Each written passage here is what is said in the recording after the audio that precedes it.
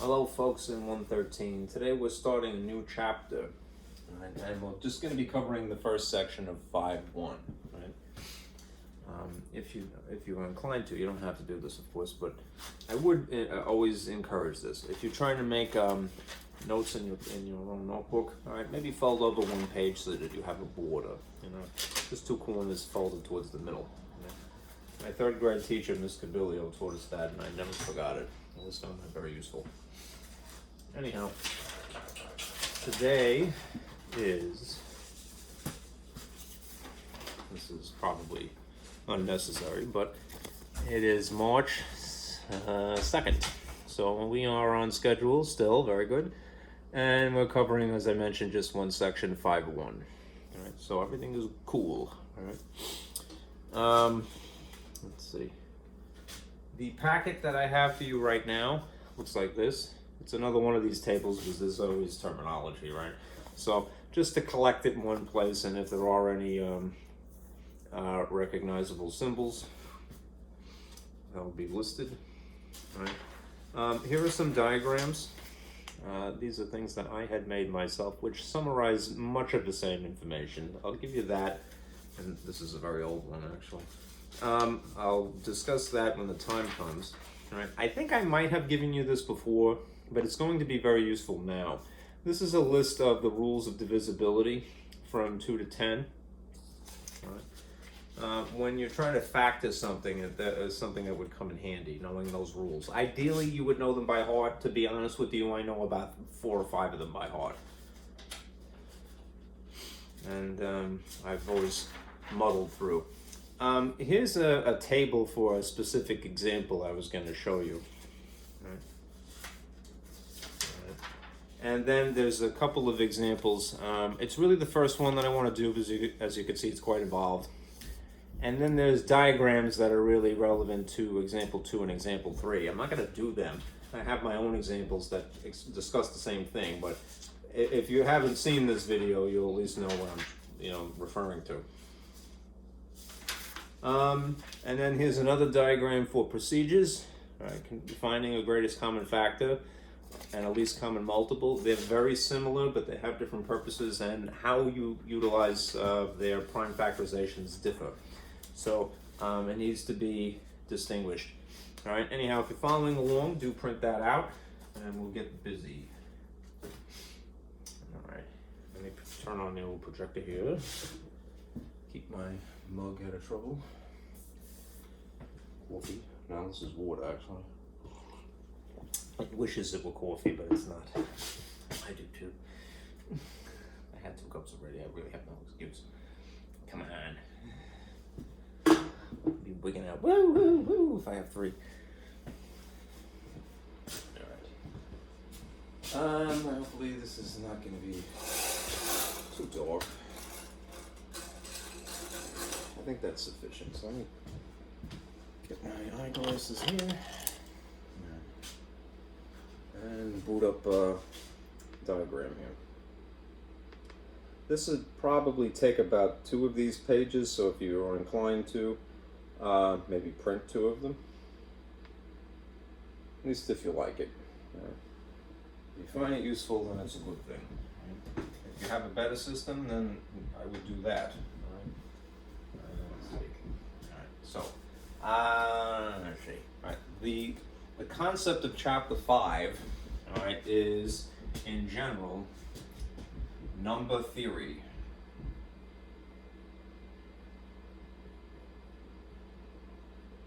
All right, there's no overarching sort of reference symbol here. But what is that? It is basically just the study of numbers and their properties.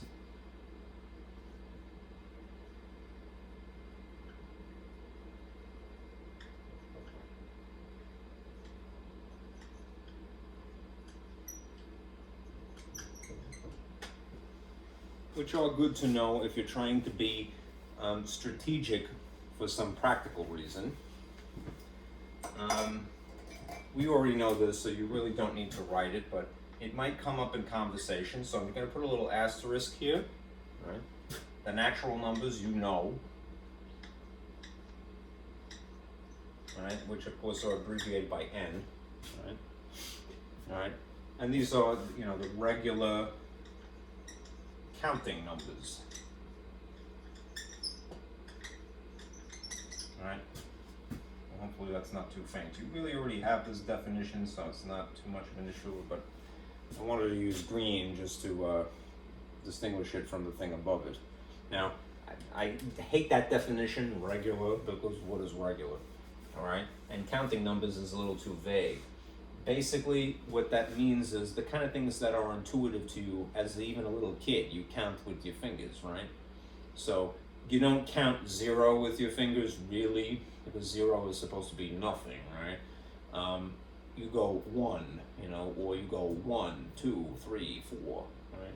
So when you think regular counting numbers, basically the things that include 1, 2, 3, 4, everything except 0, and no negatives, because that would be not really, you know, regular. Right. Think of your hand.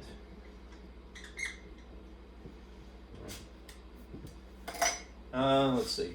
This is a concept that you were already aware of, but we're going to basically delve deeper into it. All right, factors.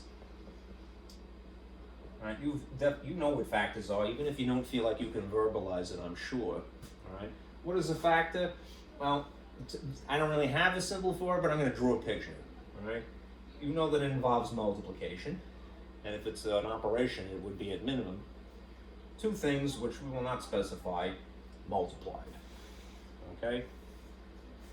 If you wanted to give it a more formal definition than just this illustration, something more verbal and less symbolic, all right, then you might say it is the natural numbers.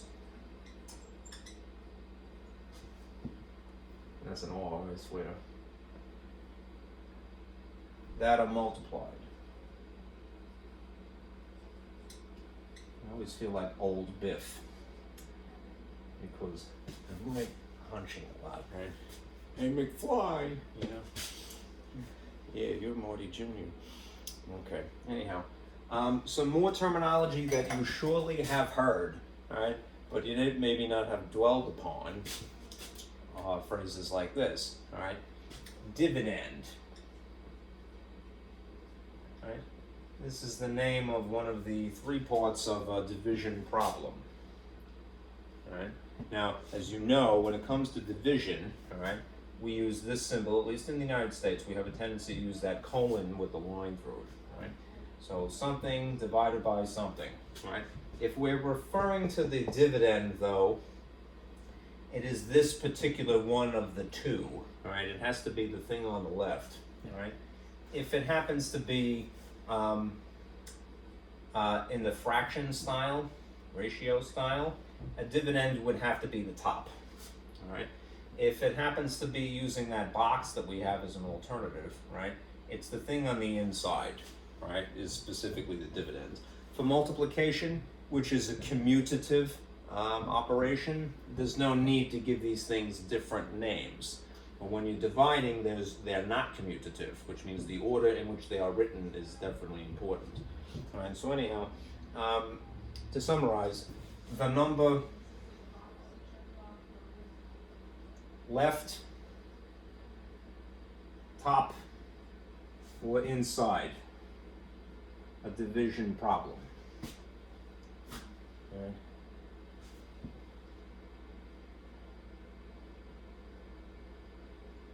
Okay.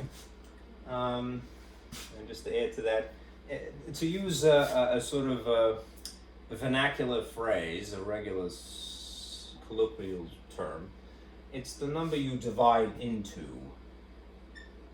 That's probably not really proper in English, I mean in math, but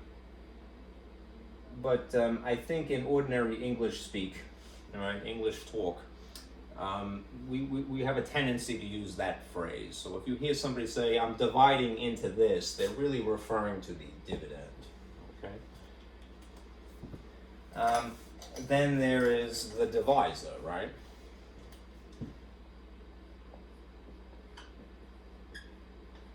And again, it's a different label for these 2 parts. So we have the colon with the line through it, right? It's the thing on the right side, right? Or if you have the ratio style of it, it's the thing on the bottom. or if you have the box, the operator symbol technically is what that is, this little house here, alright? It's the thing on the outside. So the number that is on the right, the bottom, or outside of division, alright? And again, to borrow a sort of a plainer speaking term, alright, not that this is really correct mathematically, alright, but colloquially, vernacularly, you divide by, right? So if you say into in ordinary conversation, you're really referring to the dividend. If you say divide by, that is technically the divisor. Okay, and of course the answer to a division problem is a quotient, but they're not that is not particularly important right now. There's this other phrase, and because this is falling off my chart here, you could use the space if you want to. I'm going to write it here, so I'm going to erase a little bit.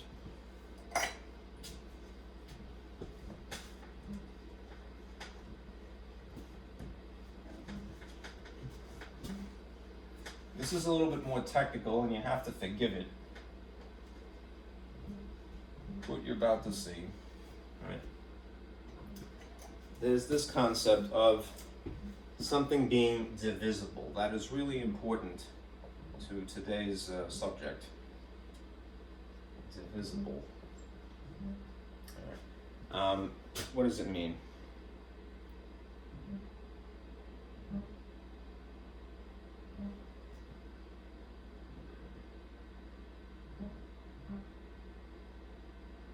I'm going to give you my own definition first because I think it is more intuitive, but then I'm going to give you the more formal definition afterwards. So, two things are divisible.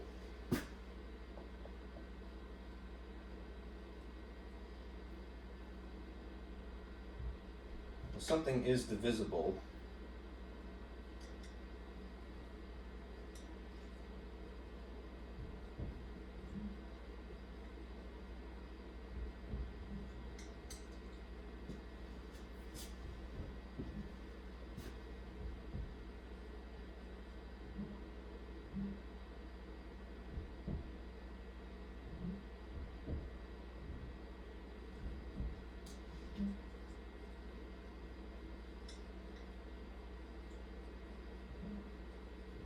divisible you could kind of think of as being divides nicely.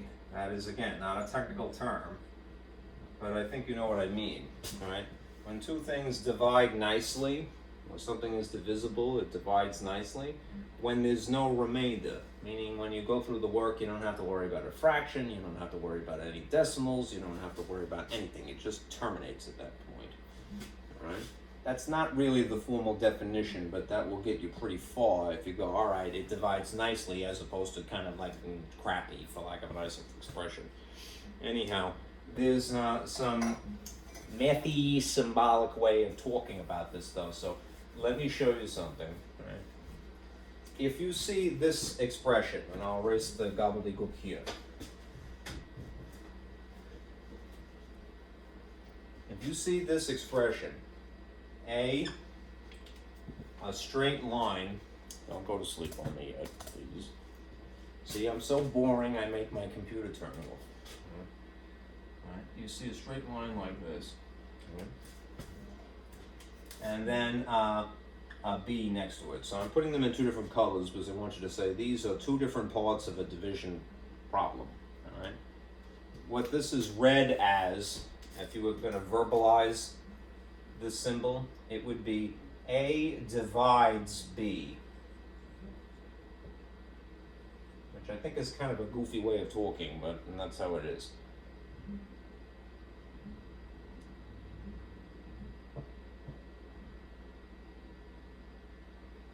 Now, getting back to the divisibility, a more formal definition, you might say this.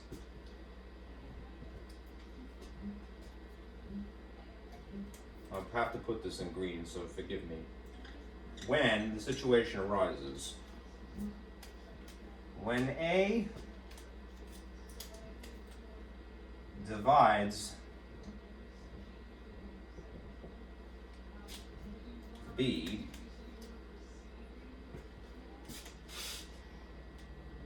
meaning nicely, we say, right,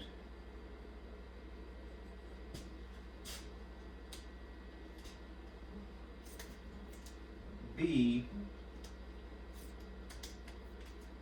is divisible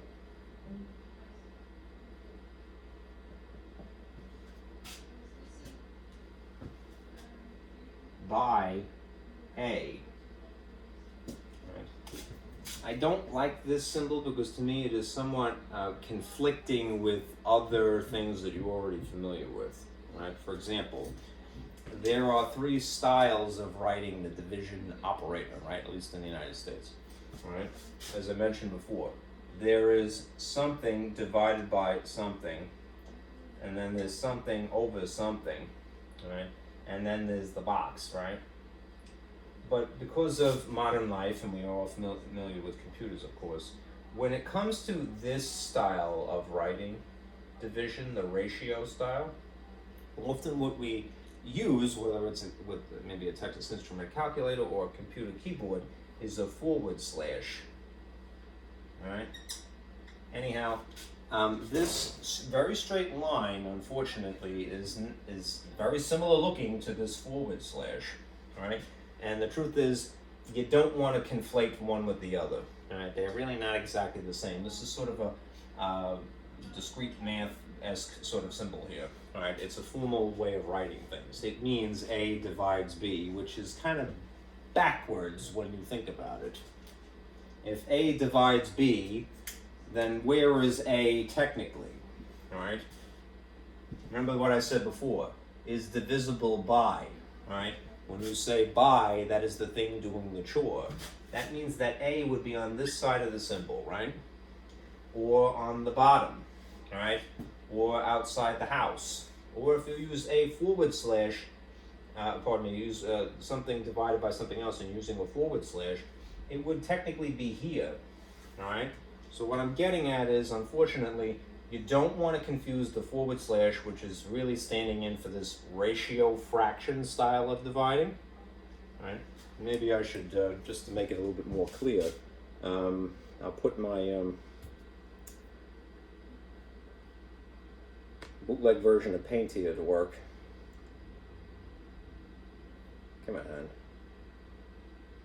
Get busy. There we go. Just so you can see this a little bit easier. Alright? If this is what this verbally translates to in English, A line B is A divides B, then that means it has the job of dividing. It's doing the work. It's dividing by A. When A divides B, we say B is divisible by A, which means that A is sitting here on the right side, or underneath here, or outside here, or technically after a forward slash. All right, it's sucky that there is this sort of similarity between these symbols. That's the only reason I bring it up. You really don't have to worry about it too much because this is very, very much theory.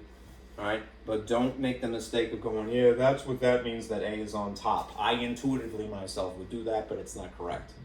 All right, know the verbal translation because that will help you get to this point. All right, it's saying that A is a divisor. Okay.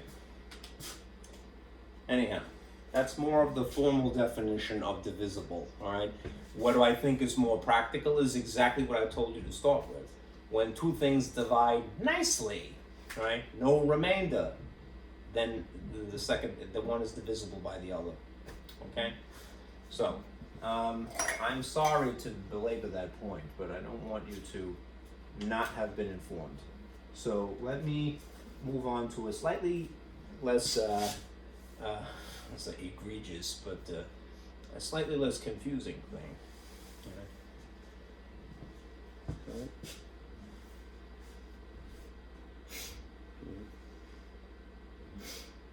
let me get rid of this for a moment. I don't need it. And go back to my little table here and use it in a more practical way.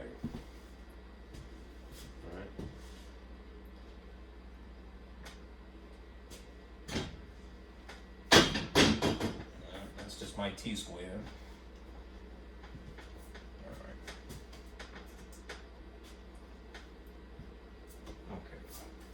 So the next thing is prime number.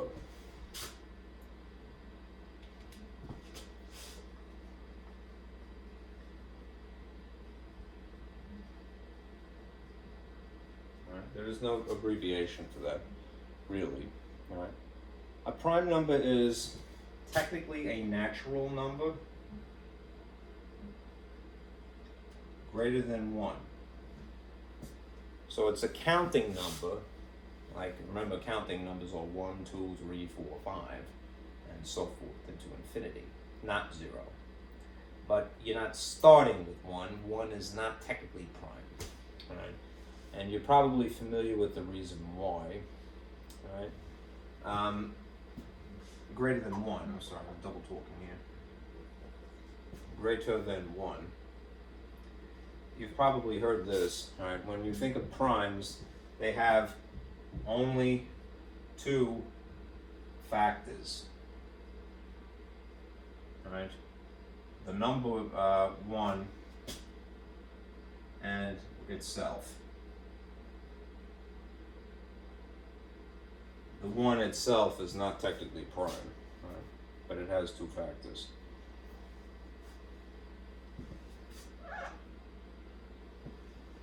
Okay.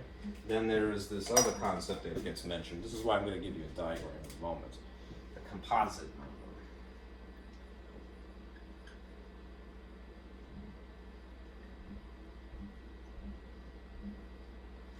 All right. A composite number is, again, if I'm sticking with this term, natural numbers.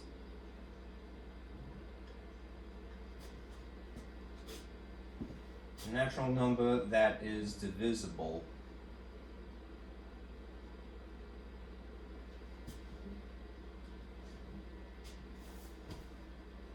by a number other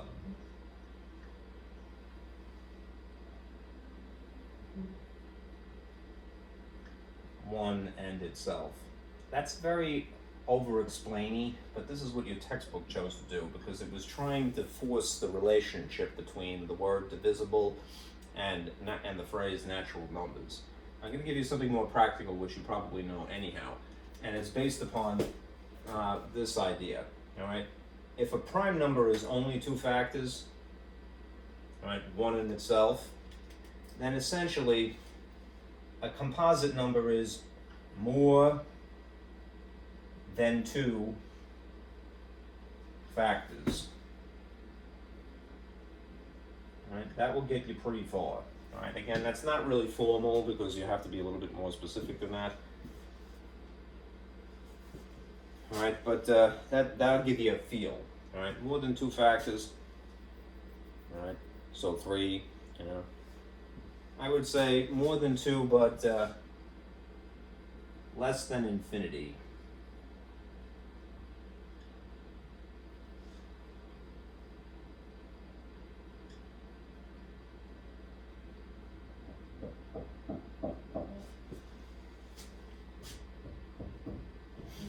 Okay. And then there's this concept, which is based upon primes, right? You'll hear this phrase thrown around a lot. The prime factorization.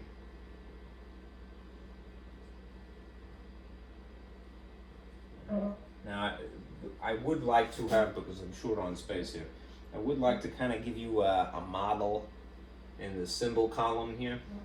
So I'll just kind of write it here because I overstretched a little bit to make it fit in my projection and also be visible. All right. Think about this. If you had a number n, and instead of just having it, you decided to express it as a stretched out into parts that make it. All right. So shall we say something times something times something times something times something. It doesn't have to be that long per se, but again, that's more or less to give you a feel for what a prime factorization looks like. All right, here's a little eyeball to give you a feel. Right, it looks like that, an expansion. Right, the expansion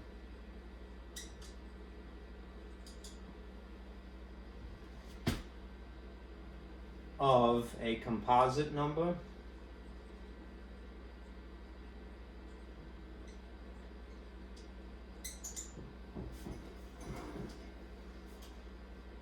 as a product of primes only. Right? So in other words, you're taking what is a composite number and interpreting it as prime numbers, essentially, which makes it, perhaps it might be several factors long, quite long. It doesn't have to be that long, but it can be long. Okay? All right. That's enough of that. Now, let me sort of try to reinforce this. This is a good habit if you're teaching. It's one thing to be verbal about what you're doing, and I would make a kid go through this exercise. Having them write something slowly but surely in a predictable way, all right, is a good discipline for them, all right, mental discipline, all right. But now to summarize a lot of this, I drew a diagram which I will show you now and explain, all right. It basically expresses a lot of the same concept. This is not really talking about divisibility, but it is going to summarize this concept of primes and so forth. My wrist is killing me. I don't know why. And I'm having sympathy pains for all the people. I didn't do anything with this thing. It's like I'm punching brick walls or something. All right. I couldn't think of a heading for this, so I just decided to call it one day interesting numbers. Right? Interesting. All right. Why? Well, it may not seem it, right? The numbers 0 and 1, for example, seem perfectly banal, you know, but they're not really. All right. If you think about them in terms of their factors, all right, you know this intuitively anyhow, right? How many factors does 0 have? Right? It technically has infinite factors, right? Because what is 0 times anything? 0 times 1 is 0. 0 times 2, all right, is 0. Maybe this curtain I should move. I don't know if that makes it better or worse. I think it makes it worse. All right, it's a bit dim. That helps a wee bit. All right. 0, in terms of factors, is interesting because it has infinite factors. It would be 0 times anything. 1 is interesting because, technically speaking, if I'm keeping an account of how many factors it has that are distinctly different from one another, it doesn't have any distinct factors. It has exactly one factor, all right? Itself, all right? Just itself, all right? It isn't wrong to write 1, 1 if you're making a list, but it would be superfluous. You don't have to do that for the purposes of keeping record, all right? Anyhow, it's interesting because although 0 has an infinite number of factors technically, all right, 1 has exactly one factor, which is why it doesn't qualify as a prime specifically, right? The primes, on the other hand, are interesting because they have exactly 2 factors, all right? And here's some examples of prime numbers. You can't possibly memorize all of them, all right? I would nonetheless encourage you, all right, either have a reference handy or in the long run, the strategic thing is to recognize that these first few of them, from 2 to maybe 13, because it's practical, recognize that those are the primes, right? Very often you're going to see 2, 3, and 5 when you're doing your homework or what have you, right? Now, if you listed their factors, it would be 1 in itself, 1 in itself, 1 in itself, 1 in itself, forever and ever and ever, all right? In the case of 2, it's 1 and 2. In the case of 5, it's 1 and 5. In the case of 11, it's 1 and 11, all right? That's pretty straightforward, right? All right? Then there's the composites, the other category, right, that we were just discussing, all right? just to distinguish it from 0, which has infinite factors for sure, all right, this is a finite number of factors.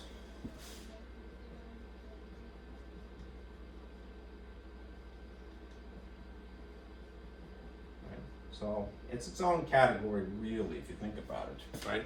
It's more than 2, because it can't qualify as a prime, and therefore will not qualify as a prime, but it has less than infinity. So it's finite. Thank God for that, right? These, again, would be good to kind of know in the long run as being, those are the examples of composites, right? If, again, and I know I sort of like belabor the point a lot, if you know your multiplication tables, and you should definitely teach your students to know their multiplication tables by heart, all right, by whatever means you have, all right. The old-fashioned way was to write it until you remember it, and I still think that works, all right. But if you know your multiplication tables, the task of listing these factors, generally in order would be nice, is not too much of a chore. It's not too arduous. All right. Anyhow, the factors of 4, as you can see, qualify making this a composite because it's 3 factors. 1 times 4, and technically 2 times 2. For the same reason that when it comes to keeping a record, you don't have to write 1, 1. When you're listing these, all right, distinct factors, you don't have to write 2 times 2. All right. You're just going, all right, that's 1 is a distinct factor, 2 is a distinct factor, and 4 is a distinct factor, and so forth, okay? So if you find this useful, right, keep it, please, use it, share it, whatever you want to do, all right? And just have this idea in mind, all right? These are these 4 concepts that we have that we're going to come back to, all right? There's 0, there's 1, good old familiar friends, all right, of ours, all right? And then there's the primes and the composites. And when we're getting into prime factorization, we're going to try to take these guys and make them in terms of these guys. Rewrite them as primes. Okay. Next slide is the rules of divisibility. I'm just going to discuss them first and then move on to some examples, right? I believe I gave you this sheet already, but it's no sin in reiterating. Okay. The rules that I would know by heart for sure, all right, are the ones that are, in my opinion, the most practical. I'm going to shrink this a wee bit so that I can get the slew of them here all on the same table. All right, you can kind of see all of them here. I would know, all right, for sure, the rule for 2, the rule for 3, the rule for 5, 6, and 10, all right? I have managed to get away with a lot in my own life, all right? Only for the reason that I happen to know the multiplication tables of 4. Why? Because my teachers made sure that I did, all right?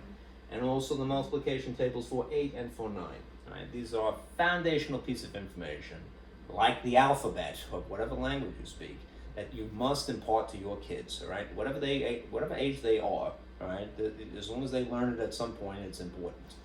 All right, the foundational information. Now, there's a peculiar order that I have found is also useful. All right, so when you're checking to see if something is divisible by 2, knowing this first is usually pretty handy. I would bet that this is probably intuitive to a person anyway, all right? Why? Because like many people in their lives, it's like, here's a fraction. Hey kid, go simplify that fraction. And the person looks at it and goes, it's even. Let me divide by 2, right? They don't go, oh, there's a rule of divisibility, all right? And then they simplify it, but they should, all right? Again, as geeky as it sounds, all right? You have to cultivate an organized mind, all right? And that will take an entire life for myself especially, okay? So, but don't give up, all right? Learn this rule first, all right? And apply it first. Apply this rule second. Once these 2 have been decided, do this rule third, all right? Or, account for this rule third, all right? Then the easy ones that are very similar are 4, do this fourth. So this is first, second, third, fourth, and then the 10th rule here is the 5th thing I would memorize. All right? This is the order of operations essentially, but not really the formal order of operations. How I apply these. I do this one first, this one second, this one third. All right? And you'll see why in a moment. Then these two in sequence, because they're pretty easy. All right? The other rules are good to know, but they're a little bit more complicated and not necessarily as practical. So, Rule 9 is very similar to Rule 3. So it might be a good idea to know this one 6th. All right? And then when it comes to Rule 4 and Rule 8, they're very similar. All right? So maybe do this one the 7th. This is kind of debatable, and this one 8th. Right? That's usually the order in which I do things. All right? I tend to stick with lower numbers, so I might deviate from this a wee bit. All right? But the reason that I personally do not know this one so well and don't apply it so well, nor this and this, is again because it's not very practical. All right? You don't always have a number that is this large necessarily. All right? Anyhow, let's go through a couple of them to highlight. All right? How do you know if something has 2 as a factor? All right? Well, technically, it would be divisible by 2. All right? You may not want to involve the concept of divisibility in it, but there is that technicality there. All right? Something that divides nicely by 2, divisible, and has to also be a factor of 2. Remember, multiplication and division are opposite concepts. All right? So, if something is even, you can tell that you're going to divide by 2 pretty easily. All right?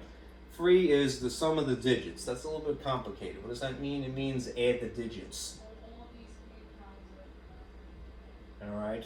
All right? If you end up with a number that works very nicely, for example, they use an example here, 924. If you add 9 to 2, you get 11.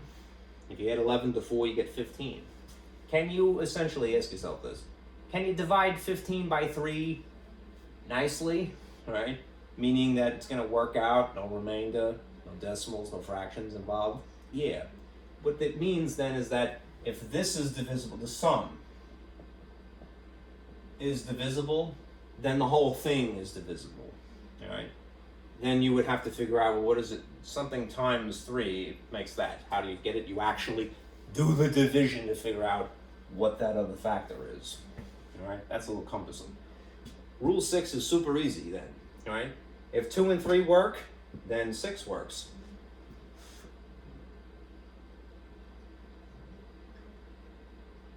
Then 6. All right? Which is great. That will spare you if you're trying to list factors that to qualify as divisible or not. All right? And then the rule for 5, I think everybody, this is an intuitive one, right? If something ends in a 0 or 5, it's divisible by 5, i.e. it is a factor. All right, 5 is a factor. All right?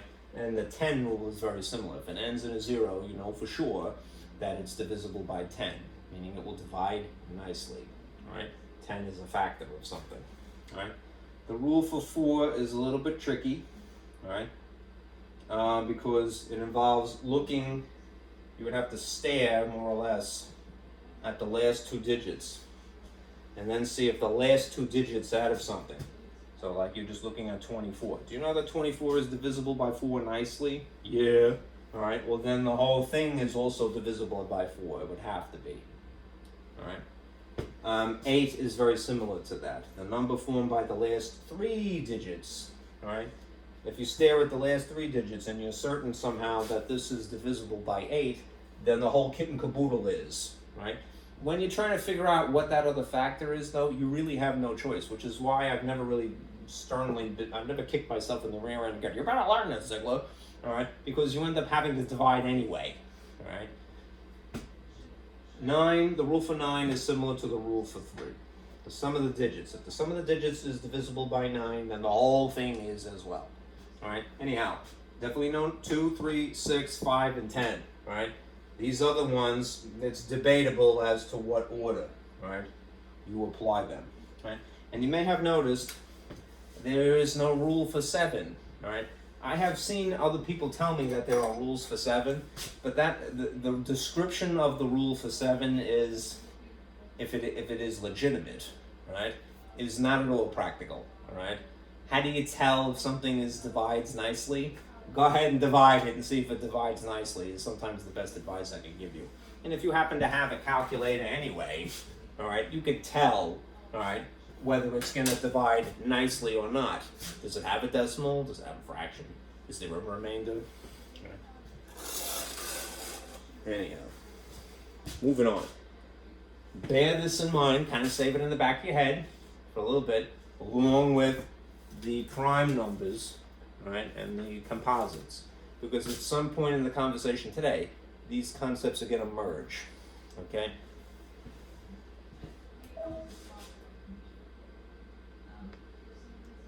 I really wish my hand would stop hurting.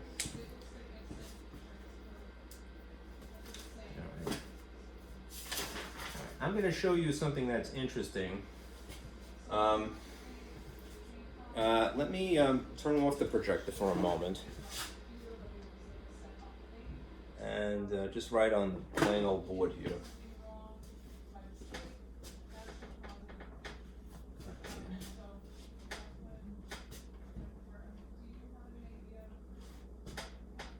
I don't know why I got carpal tunnel. I dislocated a finger or something. Forgive me. Ouch.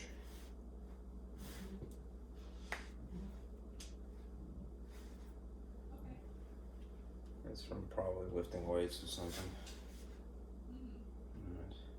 I didn't get any blob rolls, I assure you. I have a claw. Anyhow, if you hear this mentioned at any point, all right, the sieve of Aerotosthenes, a couple of fun facts about this. Right. What is it actually? The sieve of Aerotosthenes is a method for determining which numbers are prime.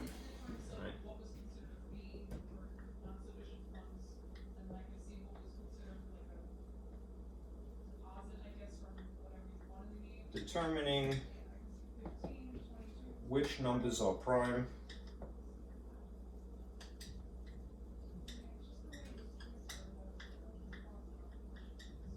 between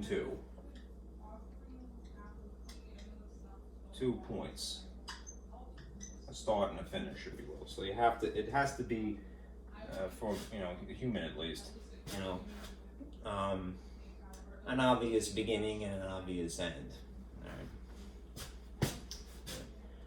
This person, Eratosthenes, was a Greek, and he lived between 275 and 195 BCE. You don't have to know this, but just to explain, just to position yourself in relation to him, all right? He's a cool dude, actually, because consider how long ago he lived, right? And he's famous for a number of things. Most famously, he calculated the diameter of the Earth, right? Then, all right, you didn't have calculators. The sophistication insofar as math was concerned was, geometry, But he did. Within a degree, a margin of error, all right. If he fairly accurately calculated the diameter of the Earth, which implies something as well. This person, if you're looking for a diameter, knows that the Earth is circular somehow. Even if you don't recognize it as being three-dimensional circle, being a sphere, naturally. They knew, and him especially, all right, they knew that the Earth was not really flat, right? So that's kind of interesting, right? It's implied in his calculations that they must have understood that the Earth wasn't just a simple flat terrestrial infinite plane, all right? So that's kind of cool, all right? Anyhow, way back when, you know. Then there was a dark age, right? So people, you know, didn't think about it too deeply, right? I guess it would be somewhat intuitive if you are familiar with astronomy, right? And you look at the sky, what is the obvious shape of the moon? It's a circle, right? All right, the sun. I mean, you shouldn't stare at the sun, of course, but it's a circle, all right? So if you understand something as being three-dimensional, what's a three-dimensional circle? A sphere, right? And it has a diameter too. Now, there's this phrase here, which maybe you're not familiar with, right? Sieve, right? A sieve in a literal sense is a screen, right? Well, what you might call a filter. In cooking, you know, you use a sieve, right? Like, if you've ever seen somebody make some very beautiful French toast, right? they sprinkle, you know, like powdered sugar on it or something like that. Well, how do you get sugar, you know, to be just so, right? I mean, they pulverize it somehow, but if you want it to sort of look like snow frosting, right, rather than huge granules, all right, you might use a sieve. Right? The smaller particles will allow to penetrate, right? Whereas the larger masses will be held back, right? It's a filter, more or less. So you might call this the screen of Eratosthenes or the filter of Eratosthenes. What is it filtering out? It's filtering out the prime numbers, all right, out of an array, all right? That's why there's this handout, which I'll just show you this one time, okay? If you're going to, let me turn the projector back on, figure out what the primes are between 2 points. There's a sort of procedure to it, which is probably intuitive to you, right? It will become intuitive. Right? Mathematics, if it's at all a benefit to a person's life, it teaches you how to think in a particular way. It doesn't, you know, a person that succeeds well in, say, the subject of arithmetic or algebra at least, right, and probably geometry insofar as proofs are concerned, right, is a linear thinking person, right? When you get into something that is not algebra based, you know, you might have to shift gears in your brain, right, and engage in a different type of thinking. But anyhow, it's practical, right? If you want to get through your day with the least amount of resistance, right, you cultivate a linear thinking mind, all right? What do I mean by that? Well, if you are given, someone vomits a bunch of numbers on you, right, even if it seems like a silly task, you might put them in numerical order, all right? Here is an array, which is a rectangle, if you will, of numbers, right? Rectangular regiment of numbers from 1 to 50, a starting point. So if you wanted to figure out what are the prime numbers without just feeling around in the dark, you wanted a procedure for figuring out the prime numbers from here to here specifically, and you could go further if you needed to. Eratosthenes, figured out a procedure for doing that, right? So if we're going to find all primes, all right, which we'll call P, all right, less than or equal to 50, all right, you would engage in this sort of procedure, all right? I'm a little short on space, so I'll try to sort of write here, right, as concisely as possible. My hand really hurts. I'm going to sort of blow this up and see if I could scoot it over maybe.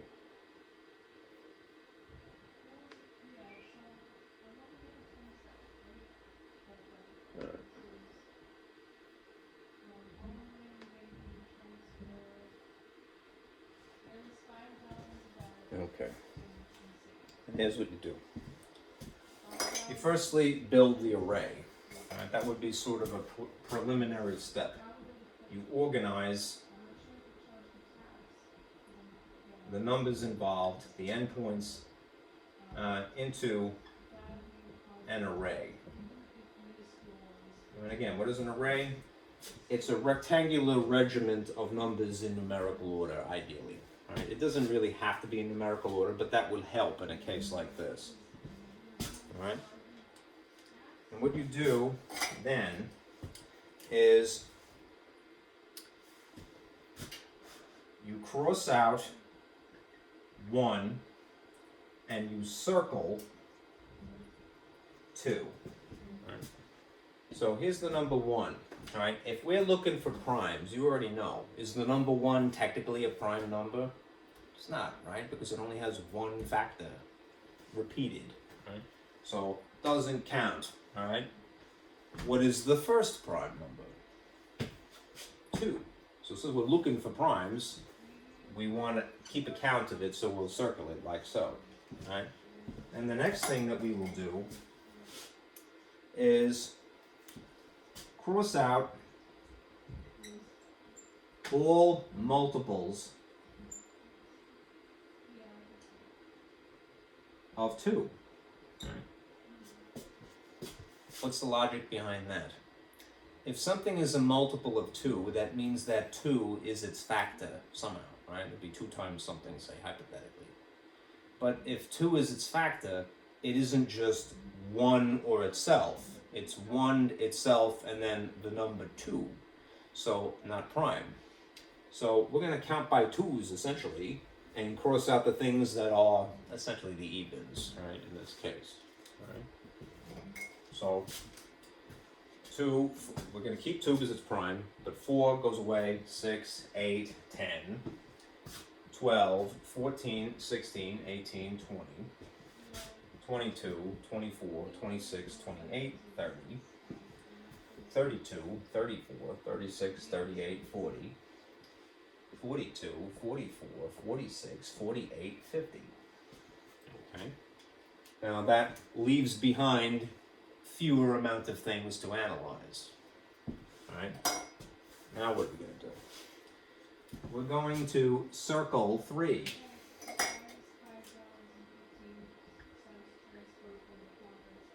How come are we circling 3? Because 3 is the next prime number that we know, 2 factors, right? And then by sheer logic, right, cross out its multiples. All right, that is 3 times something, right? It's like counting by 3s, but if you know your multiplication tables of 3, it would make it a little bit easier, all right? Why? Again, because if 3 is, the multiples of 3 imply that 3 is a factor of it, in addition to 1 and itself, right? So, the next one would be 6, logically. It's already gone, right? But the next one would be 9, so now it's gone.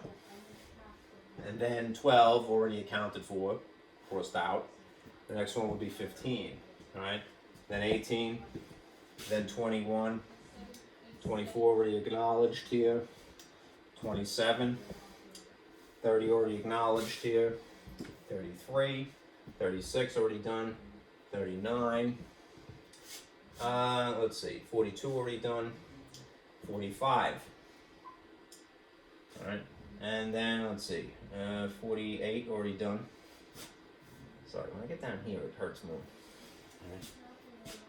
All right, and as you can see, as we go through this process, the strategy of pick one prime in sequence and then cross out its multiples, you are narrowing down the pool of possibilities while also picking up the things that count.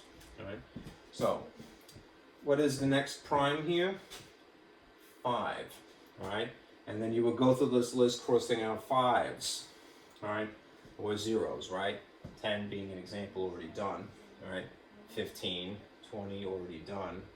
All right. 25 now it goes away. 30 already done. All right. 35 now gone. All right. 40 already done. 45 and 50 already done. Okay. Now you might not naturally wonder, well, when do you stop? Here's the rule for deciding when you finish doing this process. All right. I'm gonna erase a little bit up here. All right. You basically are going to stop repeating this process when the prime number that you're looking at squared exceeds 50. Right? When the prime number that you've come to, if you squared it, exceeds 50, because 50 is the limit of the array. That's the last thing, the last point in this rectangle of numbers here, table. All right? So we just want the stuff that is less than or equal to 50. All right? And 50 has already been nixed. All right? So what does that mean for us? All right? The next prime number is 7. All right? What, just to check before we go any further, what is 7 times 7? 49. 49 doesn't exceed 50. It's in this realm. All right? So 7 is cool, but I'm going to cross out the multiples of 7. 7 times 2 is 14. All right? 7 times 3 is 21. 7 times 4 is 28. Counting by sevens, essentially, but this is more efficient multiplication. 7 times 5 is 35. 7 times 6 is 42. And 7 times 7 is 49. Okay. What is the next prime number? Well, we've already eliminated everything else in this row here. All right. The next prime number is 11. All right. What is 11 times 11? 11 squared is 121. 121 definitely exceeds 50, right? So we're not going to do anything beyond 11. We're going to stop with this process, all right?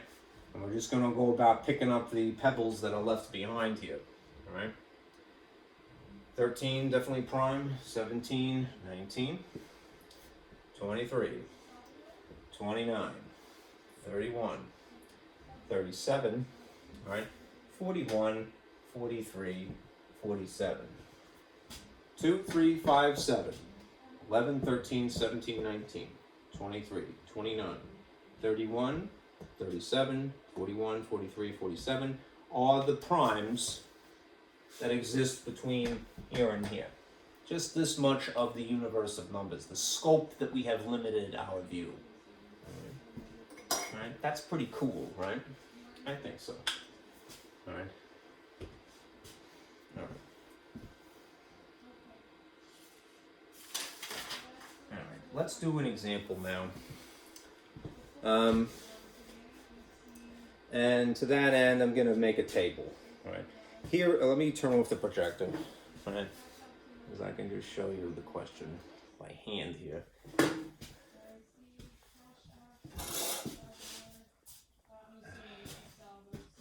I think I better take an aspirin.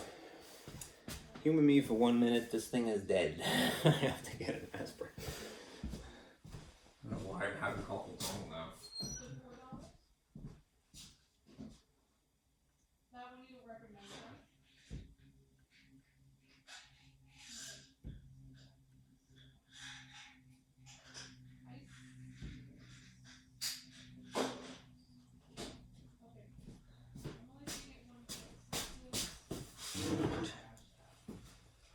I hope this doesn't make me tired.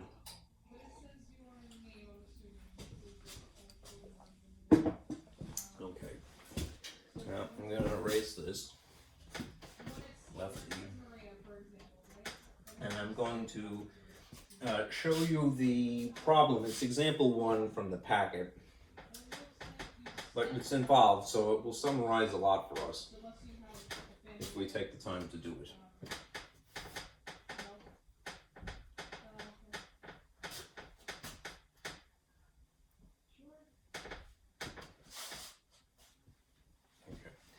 Here is the actual problem that I want to go through with you, because it will be an exercise in using the rules of divisibility. So we're going to utilize these. All right. Here is the actual problem. You are given a terrible number like this, if I read it correctly, 963,888. All right, 963,888. We're going to check to see what it is divisible by, right? 2, 3, 4, 5, 6, 8, 9, and 10. right? Because we have established rules of divisibility for these at least. Okay. What I would encourage you to do is, if you're writing this in your notes, kind of make a table to organize yourself. All right, so I'll sort of simulate that here. Like the handy dandy T-square here. I'll write the number above. And let's see. There's a column.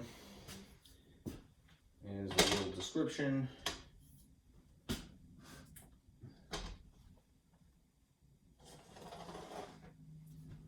And here's a check mark here. New.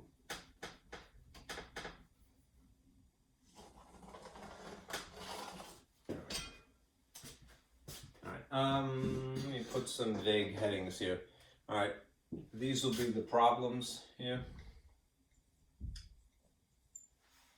And this will be something of an explanation.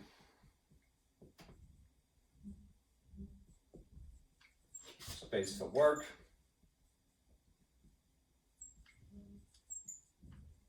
And check or X. Right.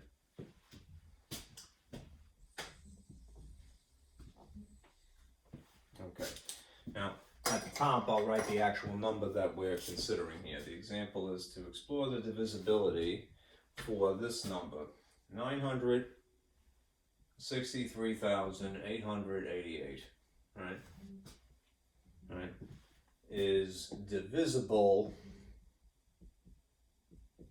by what? Okay, and so here, these are the questions that we are asked. All right. Question A, all right, or problem A, whatever you like, all right, is really a question of, is it divisible by 2? All right. Hopefully that is not too faint. Let me see if I turn the light on, if this is more helpful. That kind of helps a little bit. All right.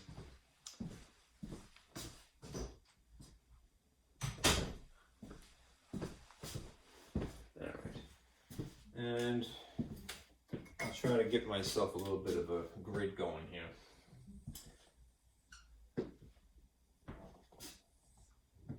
Naturally, if you're writing on loose leaf, then you would have the appropriate rows already. A, B, C, D, E, F, G. That should be sufficient. That was an H2. All right, I'll fit it in. All right. Problem A is this number, 963,888, divisible by 2. All right.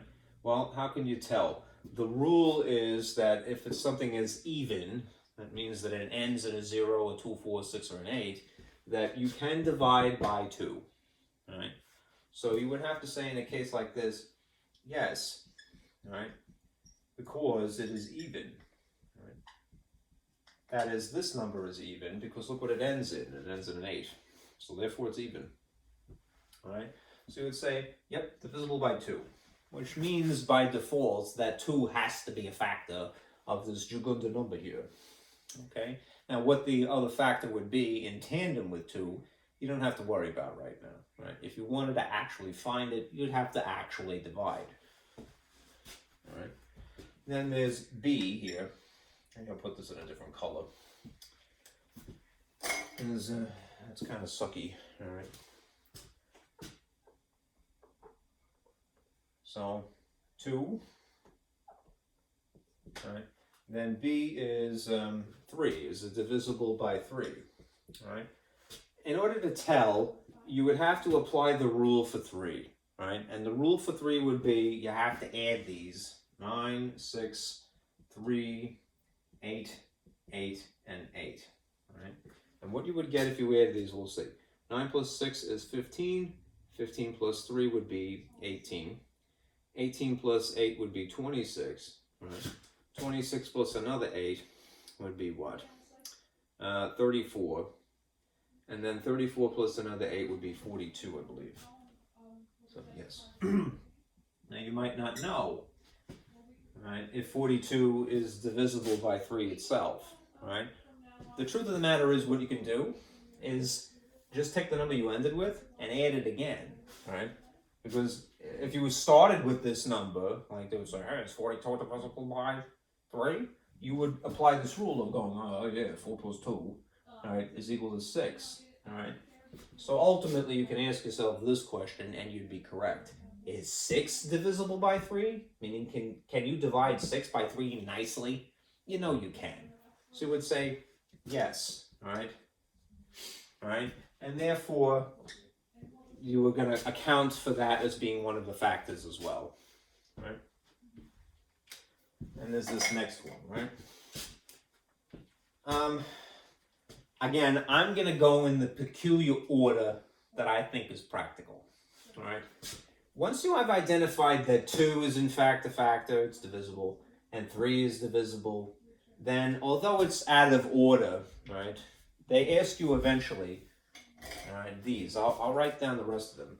Problem C is 4 is the question of. D is the question of 5, all right, and E is 6, all right, and let's see, F is 8, all right, and G is 9, and just to make it fit, because I'm really squeezing it in here, H is 10.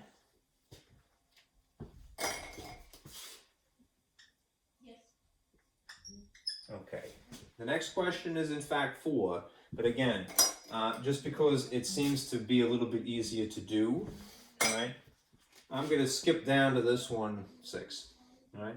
The rule for 6 is simply, all right, 6 is in fact a factor because you could divide by 6 nicely, it's divisible, all right, if 2 and 3 work. So you would say yes, because 2 and 3 work. That's not too sophisticated, you know, the way I'm saying it, but you know what I mean. You could divide by 2, we already established that nicely. You could divide by 3 already, we've established that nicely. So if 2 and 3 work, you know that 6 works, right, without even having to divide, right? It's a little bit more practical, all right? Now let's go back to 4 maybe, all right? I would do 5 and 10 probably because I consider those easier, but I'm going to try to conform myself a little bit more rigidly, right? The rule for 4 is going to be pretty cool in this case. The rule for 4 says that if you could certify that the last 2 digits, in this case it would be 88, are in fact divisible by 4, then the whole thing is, right? So if the last 2 digits is 88, and you know that you could divide by 4 nicely, right? Can you divide 8 by 4 nicely? Yeah. Can you divide 88 by 4 nicely? Then you probably can as well, right? Then you would say yes, right? Because last 2 digits are also divisible. So you're going to certify that 4 is in fact another option here. All right. Now, let's do 5 because it's in the middle. All right. The rule for 5 being super easy to check. The rule for 5 is to look at the last digit here. All right. Is this divisible? 963,888, with the last digit being 8. Is that divisible by 5?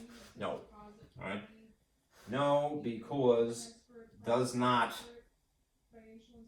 end in 0 or 5. All right.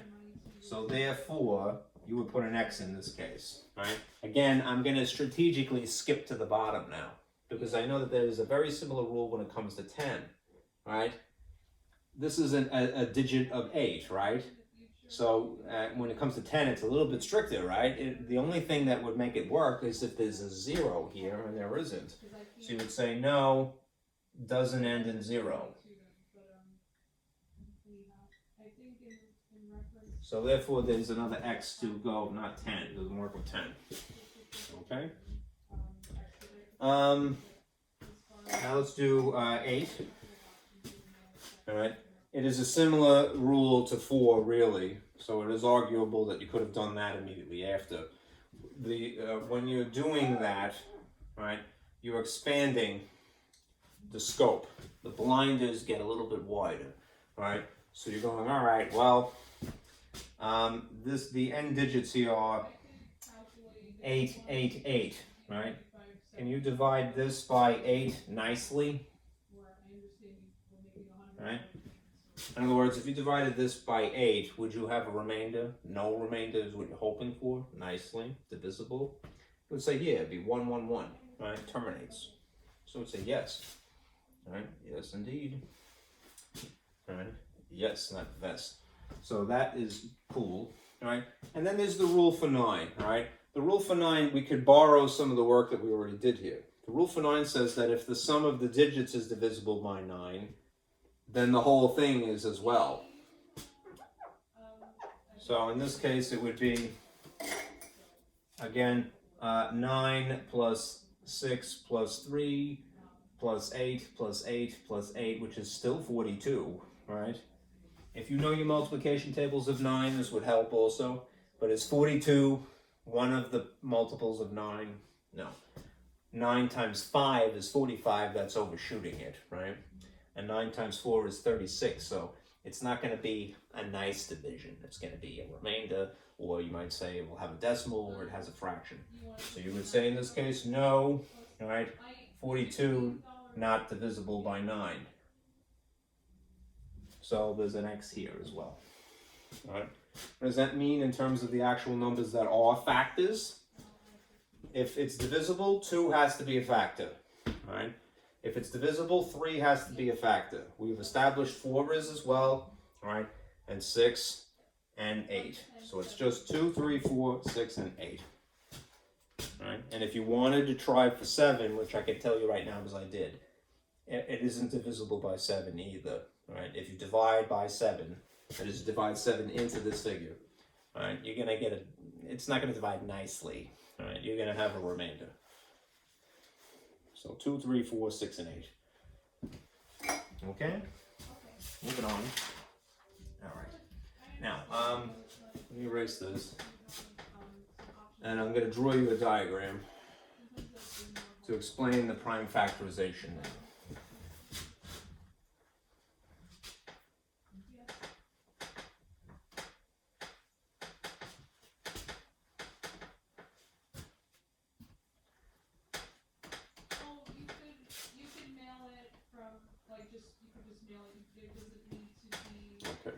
Here to summarize, when you're looking for the prime factorization, I haven't told you what the reason for it is yet, I promise I will. All right, there are 2 methods to finding prime factorization.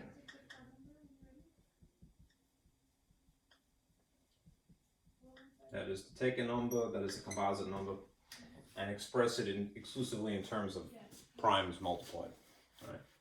There are trees, right?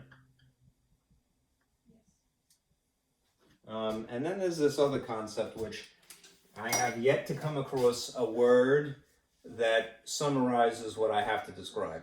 Right? How does it look? It looks like upside down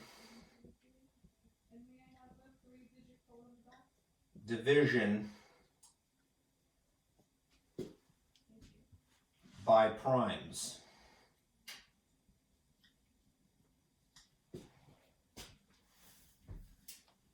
Using divisibility.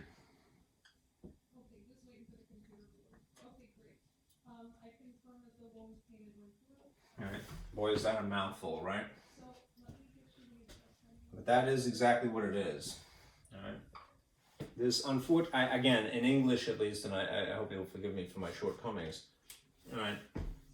There's no word that really summarizes that. I mean, I could invent a word, crunk or something, and say, well, there's the crunk method and then there's trees, right? But what does crunk mean? It means literally upside down division. That's how it looks to me, all right? By prime numbers using divisibility rules. And it's a little daunting at first because it involves so much of the fundamental information, right? You have to recognize firstly what are primes, and then you need to apply the divisibility rules. So what I would do if you want to get rolling, all right, is have these two references on hand to go, okay, I'm going to use this number now. All right. Now, what I did do in the packet was include the visual aid. I don't want to do the examples per se that they gave, but what do I mean by trees? These are factor trees. What you see here, where they branch out like so. And I'll do examples with you in a moment. What is upside down division by primes? It's dividing downward like this, right? And here's the little division house, right? And you go down, down, down, down, all right? So that is basically what it looks like. It's the only reason I really included those. But let me add to this diagram, all right? Essentially what you do, all right, when you go this route, which is probably, at least insofar as people who are from New Jersey are concerned, all right, and New York, all right, you're probably going to try this method rather than that one, all right? I don't want to talk you out of the other method because it's very potent, all right? But what you do as a task is that you continue breaking down, not into tiers, all right, into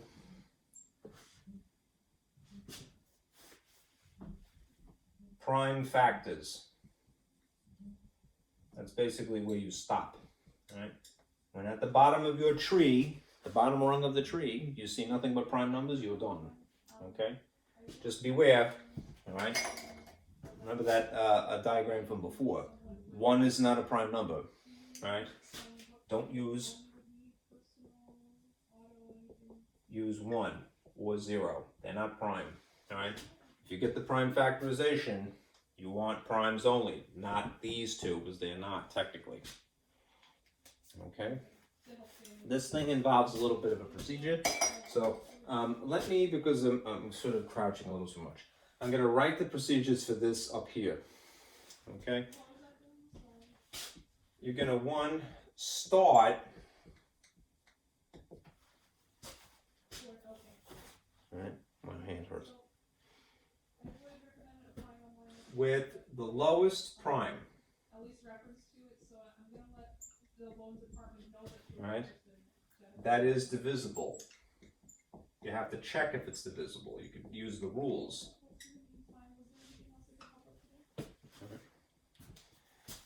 And you're going to stop. All right, when the quotient, as you're going to stop dividing, when the quotient is prime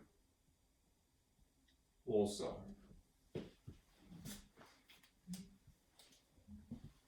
Right. As a good rule of thumb also, that's not really correct. As a piece of advice, all right,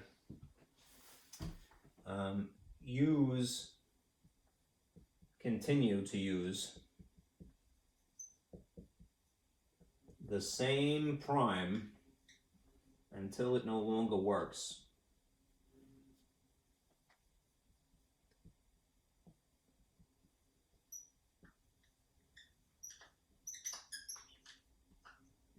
You'll see what I mean in a moment. All right. So once you've established that a prime number is in fact divisible, keep using it until you can't anymore. All right. In general, and this would be true for either of these things, all right? In either case, all right, you can, if you want to, use exponents to abbreviate.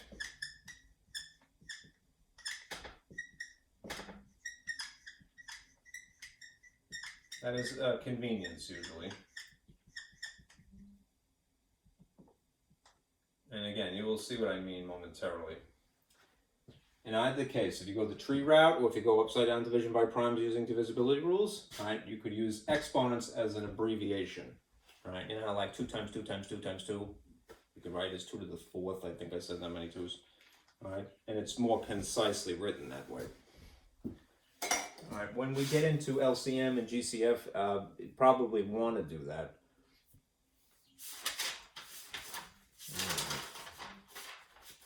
So let me do some examples with you now, finally, right?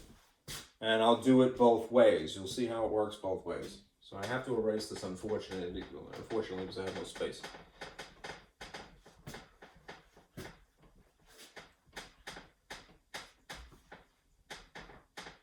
And this is getting very pilly.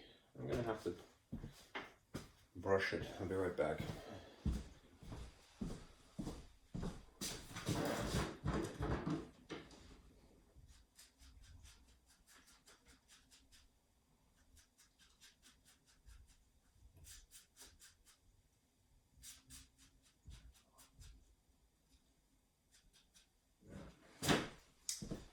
That should suffice.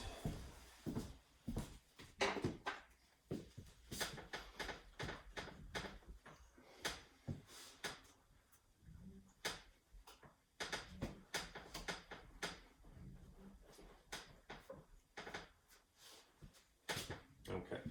What I'll do is, again, I'll take this ruler here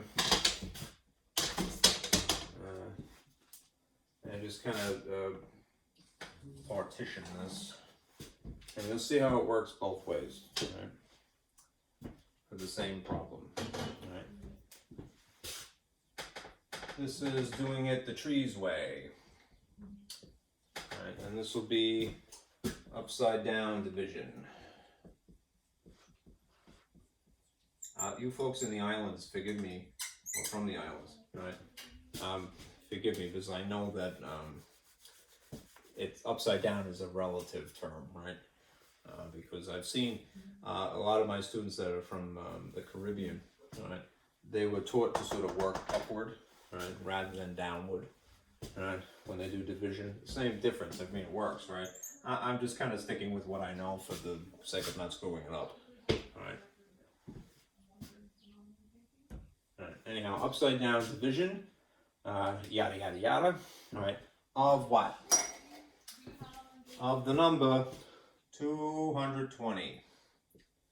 All right. I'm gonna factor this. All right. And just to set this up, I'm gonna draw a box and put a 220 in here, and you'll see that you're gonna get the same result doing it either way. All right. Now, what I would do is pull some tricks, all right? This number ends in 0, right? When you're trying to factor. So that means that it would have to be something times 10, right? A shortcut is, what is that something? It's the digits in the front. It would have to be 22 times 10 in order to be 220, right? You could, if you wanted to, try to divide into it if you feel less comfortable, a little less familiar, all right? No sin in that. All right, but once you've established these two factors, all right, and I might just opt for the dot eventually instead of the x. Are either of these prime? All right, if you're not sure, we have established, some prime numbers, right?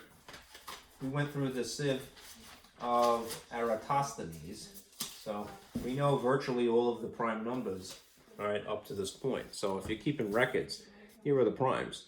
2, 3, 5, 7, 11, 13, 17, 19, 23. All the way up to 50 we have them.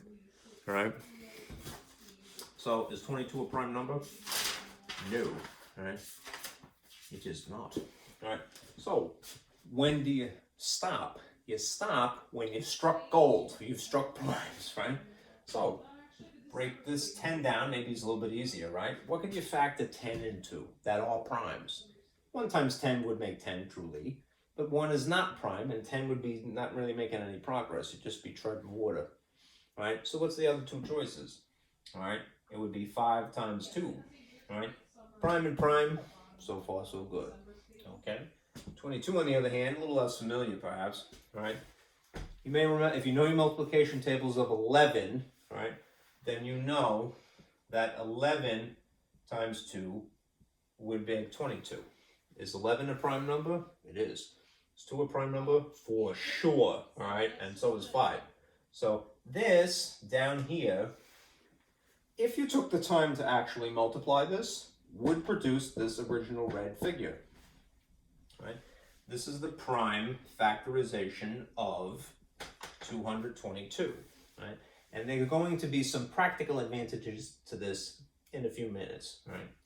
Now, what you might do again is, as a habit, right, cultivate again an organized mind, right? Encourage that in your students, all right? Let's put this in, shall we say, descending order, all right, or ascending order. Put the smallest thing first, maybe. This is a 2, all right, just interpreted. How many 2's are there? 2 of them, right?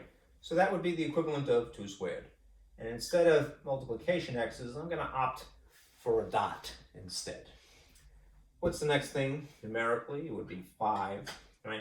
How many 5's are there? 1. That's superfluous, but I think it's practical now, so I'm going to include it.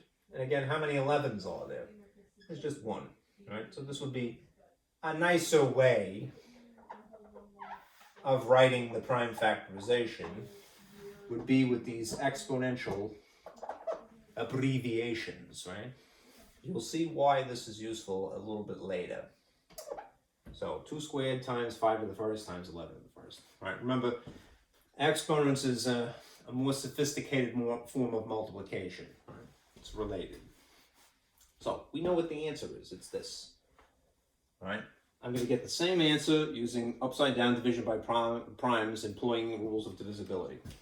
Okay? So here we go. We start, I'll put the rules over here just for reference. Maybe green would be an appropriate color. All right? Start with lowest prime that is divisible. Right? What is the lowest prime number? Of all prime numbers, always 100% of the time. 2. This number is an even, apparently, because it ends in a 0. Can you divide by 2 nicely when you have an even? For sure. All right? So, I'm going to start with the lowest prime possible. That is also divisible, and that would, in fact, be 2. And now I'm going to divide sort of upside down. All right? It's still going in this orientation, but the box is upside down compared to the way that I was taught as a child, at least. All right? 2 goes into 2 how many times? 1 time, and it would terminate. And then you go, 2 goes into 2 again. How many times? 1 time, and it would terminate. If I were going to involve any actual work here, it would realistically have to be short division rather than the long division because of the orientation of this house here. It's an upside down house, if you will. All right? It's a garage. The roof is on the floor. 2 goes into 0 how many times? Exactly 0. Okay? Now, we only stop, remember, if you start when the lowest prime number, then you stop when the quotient is prime. Now it's a little bit outside the territory that we had looked when we used the Sieve of Aerotosthenes, right? But we always can fall back on rules of divisibility.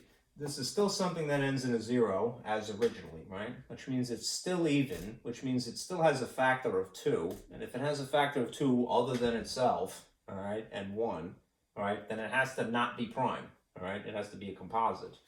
So what we're going to continue to do is to divide until the quotient is in blue here, ends up being prime as well, all right? So, and again, the good habit, exhaust 2. You only stop using 2 when it doesn't work. Don't jump the gun and do something else, like you might be tempted to use 10 or 5. Stick with this until you finish, right? 2 goes into 11 roughly how many times? 5 times, right? I'll just use black right now. So I'm going to put that here. Goes into this 5 times. And that would be 10. And this is the part that you kind of do in your head, the short division. 11 minus 10 is 1. I'm going to squeak in a little 1 here and read that as 10 now. Right? 2 goes into 10, still 5 times, and at that point it terminates. We're going to stop when the quotient is prime. This has an end in 5, right? So that means 5 is a factor, has to be, because of the rules of divisibility. So therefore, not prime. So I'm going to continue with my pyramid upside down here. Step pyramid is the way I'm drawing it. All right, and question. Can I continue with the number 2? Not if it isn't even. All right, so we're going to forget that now. What is the next prime number? Remember, if your prime numbers are essentially 2, 3, 5, 7, 11, and you can't memorize all of them, of course. We've already done 2, all right? The next logical one would be 3, right? Can you divide 55 by 3 nicely? You can divide almost anything by anything, right? Well, virtually everything is dividable. Not everything is divisible, all right? This is English being tricky again, all right? Anyhow, the rule for divisibility for 3 would say, well, if you added them, 5 and 5, you get 10. Does 10 divide nicely by 3? Not really. It doesn't terminate. It's infinitely repeating. So I'm not going to use 3. And now, again, don't jump the gun. All right, we're going to go with 5, which I know for sure is going to work because it ends in a 5. All right, so I'm going to divide this by 5. All right, 5 goes into 5 1 time, terminates. 5 goes into 5 1 time, terminates. All right. You stop when the quotient is prime. 11 is a prime number. This junk that you see on the end here is the prime factorization, just written like a banana, all right?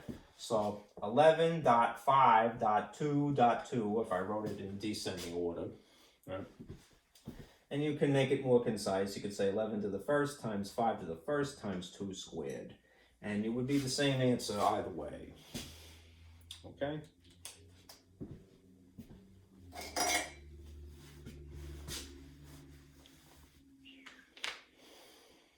All right.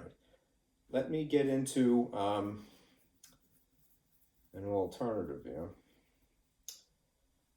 We'll shift gears a bit. All right. Let's talk about greatest common factor and least common multiple. All right? Because that's where this is going to be practical.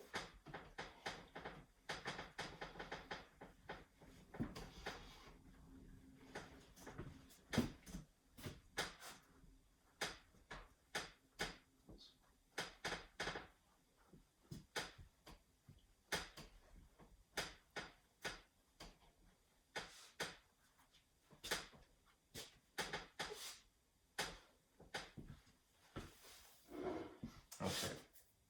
The book does not choose to refer to something this way. I am going to have to draw a split here again. Forgive me for a moment. All right. So let's think about it this way. There is this concept you've probably heard of. The greatest common factor. All right. This particular textbook opts for the phrase divisor, right, instead, which I really don't have anything against, except that it's like needlessly changing something. Let me see. Yeah. Anyhow, so the abbreviation that they will use instead of the traditional sort of GCF, as they will say GCD, right? A factor is a divisor, you know? Whatever. Same difference, right? Then there's this other concept, least common multiple.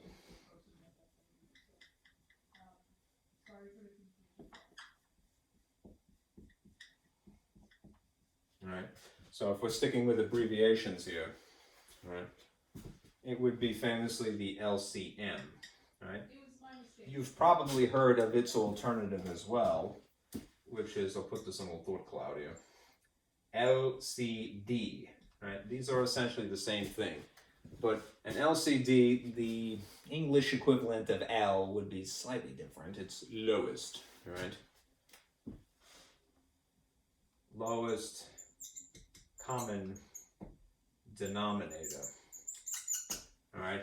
Basically, it's applying the concept of least common multiple to denominators. Why? Because you can't add or subtract them until you have a common denominator. All right, which gets me to the next point. Why does anyone care about this? All right? Some of you are rolling your eyes right now. I can feel it. Tell us, Professor. Why should we care? You should. All right, you should. All right. This is your inheritance, folks. It really is. All right. Now, but there is a practical reason. I mean it. What are they for? All right. I'll use black. What is the purpose of this, really? The usage of a greatest common factor. Basically, it's to simplify fractions. All right, efficiently. In one step. Right? So and it certifies it too. You know for sure, if you chose the greatest common factor, you're not guessing that something is in simplest form. You're certified at that point. Right? As long as you indeed have the greatest common factor. If you had something that you just guessed was the greatest common factor, then it's debatable. All right. What is the purpose of the least common multiple? I kind of alluded to it already. Right. It pertains to fractions. I'm sorry, I'm squeaking in the word denominator here very badly. Right. It's for essentially the opposite concept, right? And in English, again, I'm getting in trouble. I can't think of a word really, all right, that summarizes the concept. So I'm going to sort of be a little bit more verbose, all right? Or inventive, shall we say. Upgrading.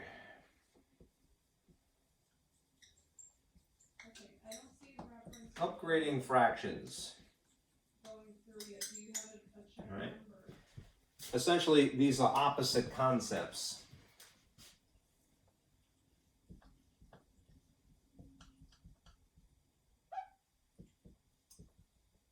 These are opposite ideas. Simplifying and sort of upgrading, all right? What do I mean by upgrading? I mean making the numbers larger, usually.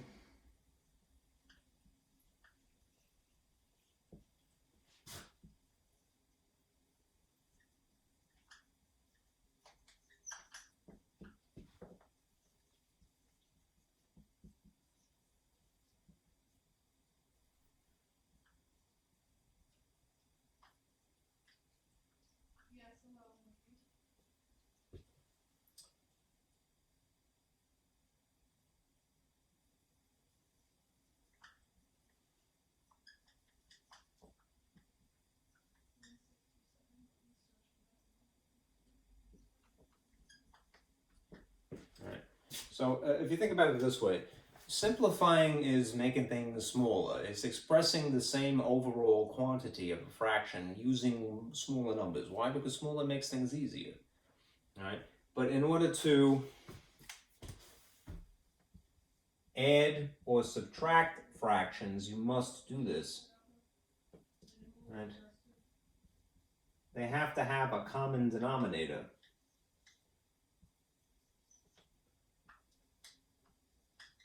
Right? What is the common denominator? Ideally, it's the smallest number possible. It's the least common multiple. Right? I'm not double talking here. All right? It is just smallest compared to two things rather than smallest compared to itself, its original form. All right? So add this is not something you're responsible for today, adding or subtracting fractions, but this is discussed now because it is a preliminary concept to adding or subtracting. You cannot add or subtract fractions until you have a common denominator. If you and as I am fond of saying, you can get away with murder in math. If you change something, that's fine, right? But you got to be consistent. If you make the denominator something else, larger, right? If you change the denominator, you can only legally get away with that if you change the numerator in a similar fashion, all right? So anyhow, the best phrase to explain this is exactly what I chose. Greatest common factor is for simplifying fractions, right? Least common multiple is essentially for doing the opposite of that. It's upgrading them. It's not making them less complicated, really, all right? Why ultimately? Because you want to add or subtract, right? So know this concept, simplifying fractions and upgrading fractions. It's kind of the opposite idea, all right? I'm just feeling around in the dark for the word that would summarize it, and I shouldn't be, all right? Now, I need the space, so I'm just going to erase these two things because I need to free up the space. So let me move this. My wrist is less on fire than it was.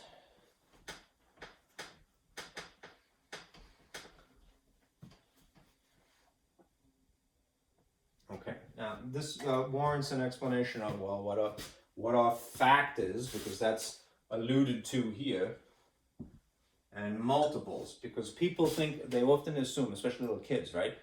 They don't know the difference between them because they both involve multiplication somehow. All right, so let's discuss this. There are factors, and then there are multiples, which are very similar, and they both involve multiplication somehow. But just like there is sort of a versus going on here, greatest common factor versus least common multiple, there should be verses here, factors versus multiples. All right, they really do different things. All right. Factors make products. That's how they're related to multiplication. They make the outcomes, if you will. Multiples, on the other hand, are products. This is are versus make. All right. Now here's an example of each of these to illustrate. Right.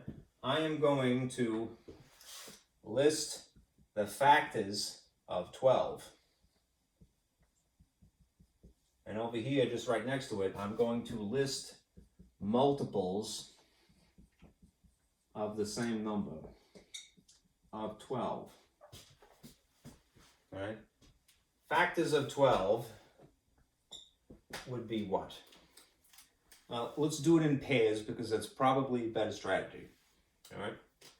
I'll put them in fancy braces here, but I'm going to stack them like this rather than write them. All right. What times what makes 12? Think of the easiest example. 1 and 12. All right. Then 2 times something, right? 2 times 6. And then 3 times something. 3 times 4. And that's all of them in pairs, and it is practical. Normally when they list them, they put them in numerical order. So it would be 1,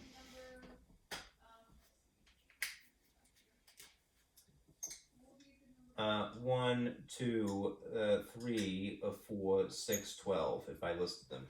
All right. And they are finite. Right? There's only a limited amount of them. Thankfully, there's not too many. 1, 2, 3, 4, 5, 6 things. They're finite, they're limited. All right? If I were to take the number 12 and instead list its multiples, this again would be a reason why you would know your multiplication tables of 12. Right? Back in the old days, they used to make us memorize this stuff, and they still should. All right?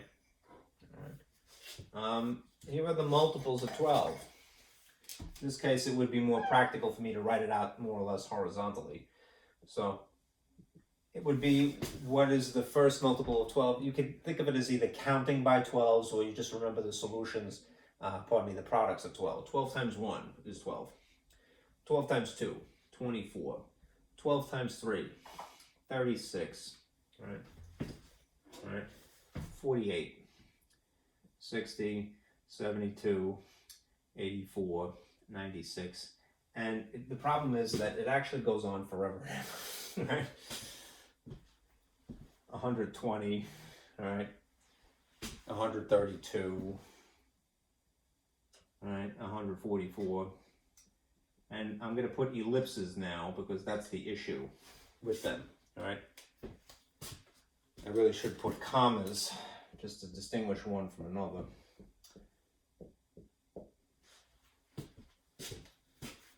Anyhow, this is from 12 times 1 to 12 times 12, just because I happen to have it memorized. All right. It's practical. It makes you more strategic when you know something by heart. Anyhow, as you can see, they're not finite, all right, multiples. These are infinite. You can have infinite multiples of a number. That means that if you were going to look for the greatest common multiple, that would be very impractical and impossible because numbers are infinite. You could be doing it the rest of your life and you'll never finish. All right. So what is practical? The lowest one. You would have to have another list for some other number in order to make the comparison. All right. Anyhow, this is the same number 12, but this is what it's made of. Right. Factors are what it's made of. They make the products, right? And these are the multiples of 12. Those are what 12 makes, all right? The multiples are the products, right? 12 times 1, 12 times 2, 12 times 3, 12 times 4, 12 times 5. You see the difference, right? All right. Now, how do you get a GCF? Well, we have a technique for that. There's multiple techniques. Okay.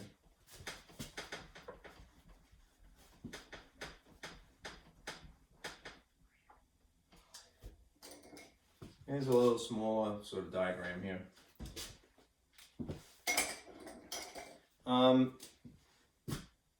How to acquire, I'm going to just say get GCF. All right. Again, the book will call it GCD. It's the same thing. And how do you get LCM?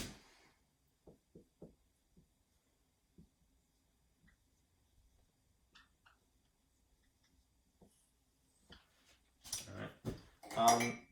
There's similar looking ways to do this. You can do what I had just done, which is list. Lists is what you would have to establish. List factors and compare, which means that there has to be at minimum 2 lists, right? The list of the first number, the list of the second number.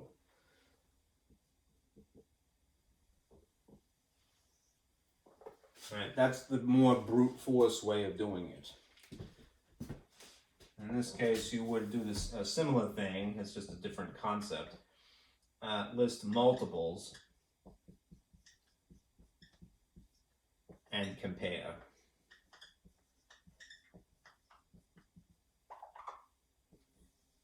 Which again implies that you have 2 lists. All right. If you're usually comparing. The phrase "they're common" implies that too. That you're comparing 2 things. All right. So there'll be 2 lists. Right. What is different, it's actually similar to begin with, but the alternative, and it is not the brute force way of doing it. It's the more sophisticated way of doing it, which means that it requires a lot of pre-knowledge, if you will, prerequisite information. You can use prime factorization, right? In the case of looking for the LCM, you could do something similar. You could use prime factorization with a little caveat in a slightly different way. All right, just be aware of that. All right. You will look for prime factorizations, but how you actually utilize them will be a little bit different. All right. These are different concepts. We're looking for a factor in common, and we're looking for a multiple in common, and you know that they're not the same thing. Okay. So, let me explain this sheet that I have, which is an overview of the steps involved. All right, and the same type of problem, so you'll see a difference in answers. All right, let me project this, and we'll do it.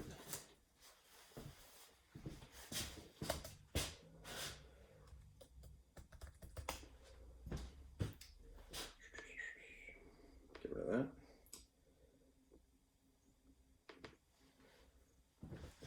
Turn this on. And I'll adjust the blinds, pardon me.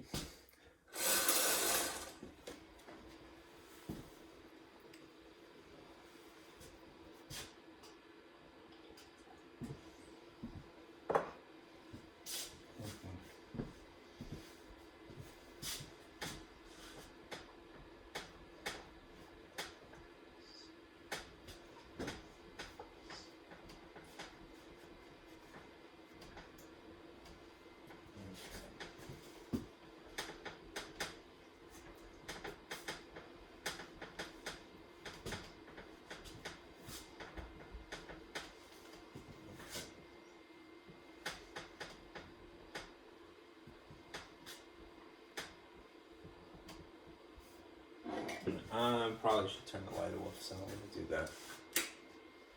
Okay. Let us find, in this instance here, the greatest common factor of the number 25 and 35. And I'm going to do it by factor trees for right now. So, remember, the methods for finding a GCF are either to list two lists or to use prime factorizations. The methods for finding prime factorizations are either trees or upside down division by prime. So just for the absence of space here, I'm going to draw trees. So here's 25, and adjacent here is 35. What can I break 25 into that does not include 1? All right. Probably intuitively, 5 times 5, right? That is prime, and that is prime. So this is the prime factorization of 25. I'm going to go one other step here. After I've gotten my prime factorization, I'm going to use exponents as an abbreviation. So this will just be 5 squared. All right? And over here, maybe I'll put this in green. What times what makes 35? That isn't 1. 7 times 5, right? 7 is a prime number. I hope that's visible. And 5 is indeed a prime number. So this is the prime factorization of 35, which again, if I use an abbreviation, it would be 7 to the first dot 5 to the first. Okay. All right. Now, when you're trying to decide what the GCF is, if you've gone this route using prime factorizations, all right, this maybe is a little too faint, so I'm going to darken it. Compare this versus this. Select the lowest power of each base that is in common. Now, 25 is made of 5s exclusively, but 35 is made of 5 and also 7. But what is the base that they have in common? They really just have 5s in common, all right? And when you're trying to decide what the GCF is, you want the lowest of these two choices. That's why the exponents would be an advantage here. This is 5 squared, and this is 5 to the first technically, which is the lower of the two. That one, not that one. So what is your answer? 5 to the first, which is really just 5, is the GCF. Okay.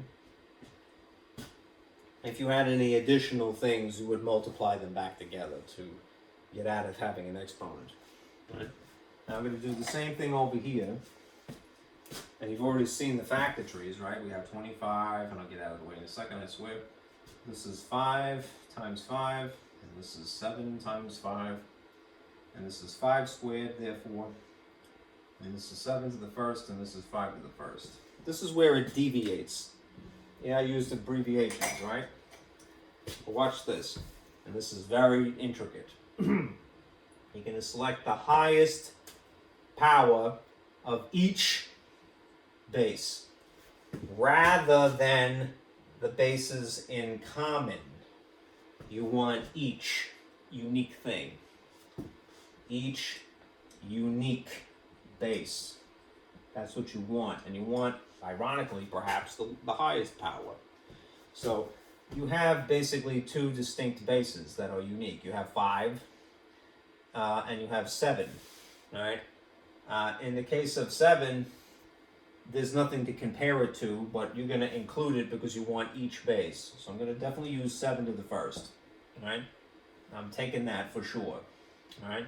But in the case of, ironically, least common multiple, you're looking for the highest of the 5s. So of the 5s, which is the higher power? This one, not that one. All right? And what, now we're going to multiply them back together to reveal what the actual number would be. This is really 7, and that's really 25. Think of quarters in a dollar. You know, there's 4 quarters in a dollar, so what would be another 3 quarters? 175, right? So the LCM, 175 cents, that would be, is 175. All right? Ironically, greatest common factor, you want the lowest power.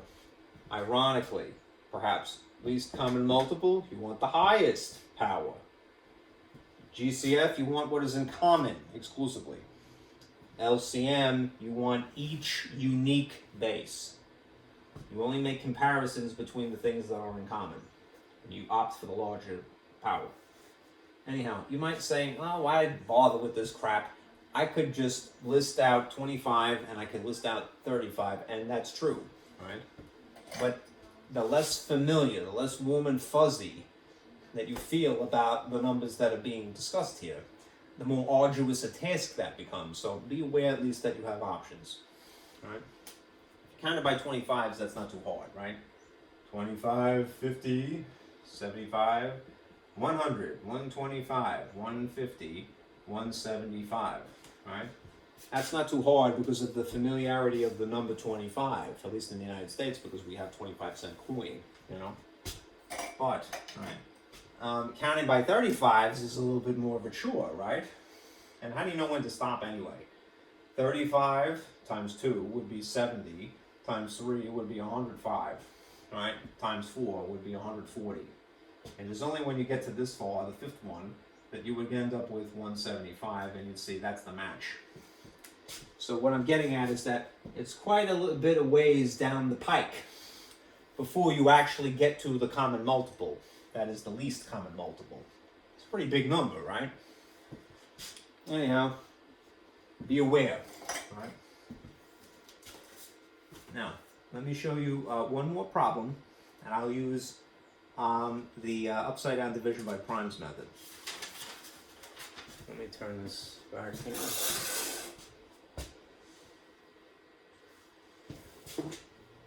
Turn that off. Come on, go away. All right.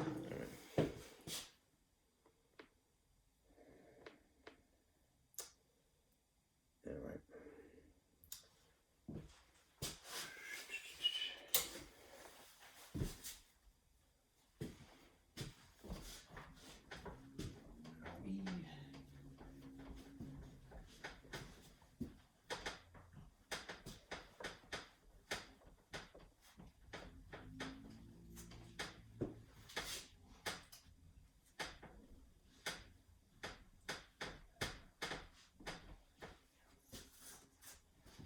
Okay, now let us just exclusively trying or using, again, I'm just calling it how it looks to me, upside down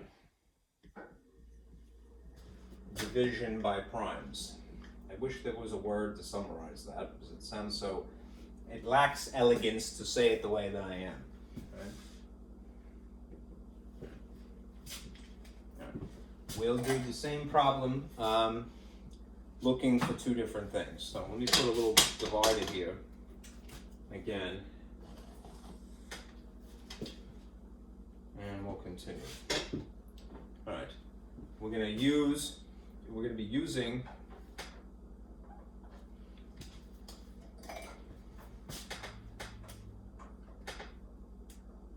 use upside down division by primes, dot, dot, dot,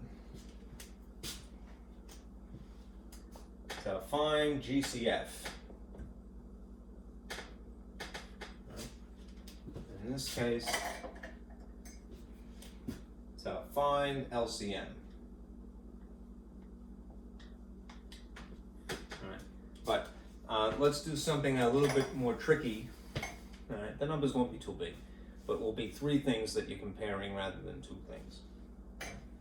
And the truth of the matter is, if you had to do that, right, rather than if you had the situation where you had to consider GCF or LCM of 3 things simultaneously rather than just 2, I wouldn't list them. It would be annoying, right?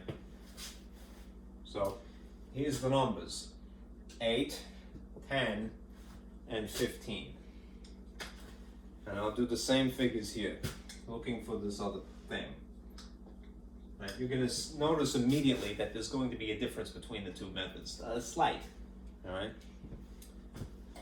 You would put, if you're using upside down division by primes, whatever you want to call it, in the case of looking for a GCF, all right, you would give each of these guys their own box. Right. If you were looking for the LCM, you would give them one big box. All right, so individual boxes, one big one. All right. All right. And now you go about the process. All right. Remember, you do these independently of each other, basically. All right. And these you kind of do at the same time. Right. And you'll like it, actually, believe it or not, when we get there. We start with the lowest prime number. The lowest prime number is 2. Is 8 divisible by 2? It is. So we're going to actually use it. 8 divided by 2 is 4. All right. Is 4 a prime number? No. So I'm going to continue. But I'm going to continue using 2 as well because this is still going to work. All right. What's 4 divided by 2? 2. All right. And this junk on the end is 2 cubed, abbreviated. This one here, all right, again, you always start with the lowest prime that works. That is, it's divisible, divides nicely. 2 goes into 10 5 times, exactly. Is 5 a prime number? It is, so you stop, all right? This jelly bean here is 5 to the first and 2 to the first, all right? This one, start with the lowest prime that works. Test 2. Is it even? No, won't work. Next prime number, 3, right? Does 3 work with 15? It does. All right. 3 goes into 15 nicely 5 times, right? Is 5 a prime number? It is. Stop, all right? So this is 5 to the first and 3 to the first. Now, if again, we're trying to decide based upon these abbreviations using exponents, what the GCF is, we want to consider the things that are in common only. In common across all 3, right? Question. Is there any base in common across all 3?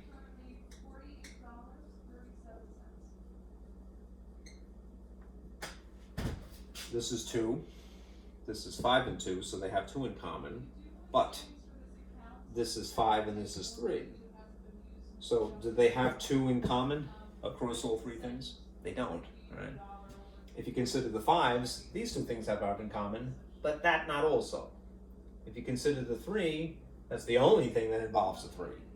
So to answer this question, is there any base in common across all 3 things? All right. No. All right. So what does that mean? Does it mean it doesn't have a greatest common factor? No, it doesn't mean that either. all right, it means that the GCF is 1, all right?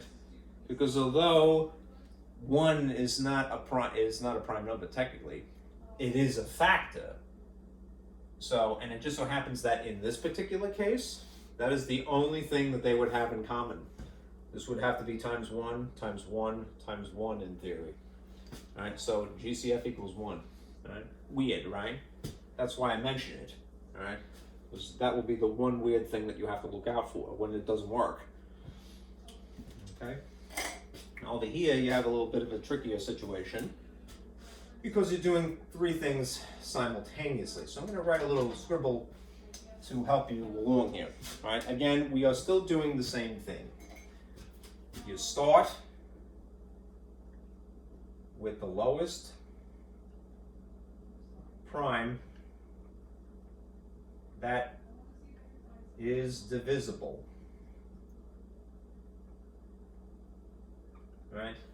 But if you're doing 2 or 3 things at once, you don't actually care if it works across all 3 of them. All right? Start with the lowest prime that is divisible in any. All right? So the lowest prime number is what number? 2. Does 2 work with any of these? It does. So you're going to use 2. All right? 2. For the things that it doesn't work for, you're just going to carry down what doesn't work. Anything not divided. Okay? So, we'll use a different color here. We'll use red. What's 8 divided by 2? 4. Alright? That's done. Alright? What is 10 divided by 2? 5. That's done. Is 15 divisible by 2? It doesn't, unfortunately, work nicely. You can divide 50 by 2 and get 7.5, but we don't want a decimal. We want it to be divisible, not just dividable. So we're going to carry down anything not divided. So we're going to just drag 15 along for the ride. All right? And we're going to continue. We're going to continue using the number so long as it works. And it does work still. All right? 2 goes into 4 twice. All right? Does it go into 5 nicely? No. So you're going to drag it down. All right? Does it go into 15? Still, it's not going to work. So I'm just going to drag it down. All right? And ultimately, you're going to shift gears now and we're going to opt for 3. But we're going to stop when all quotients are 1. And this is a little different, right?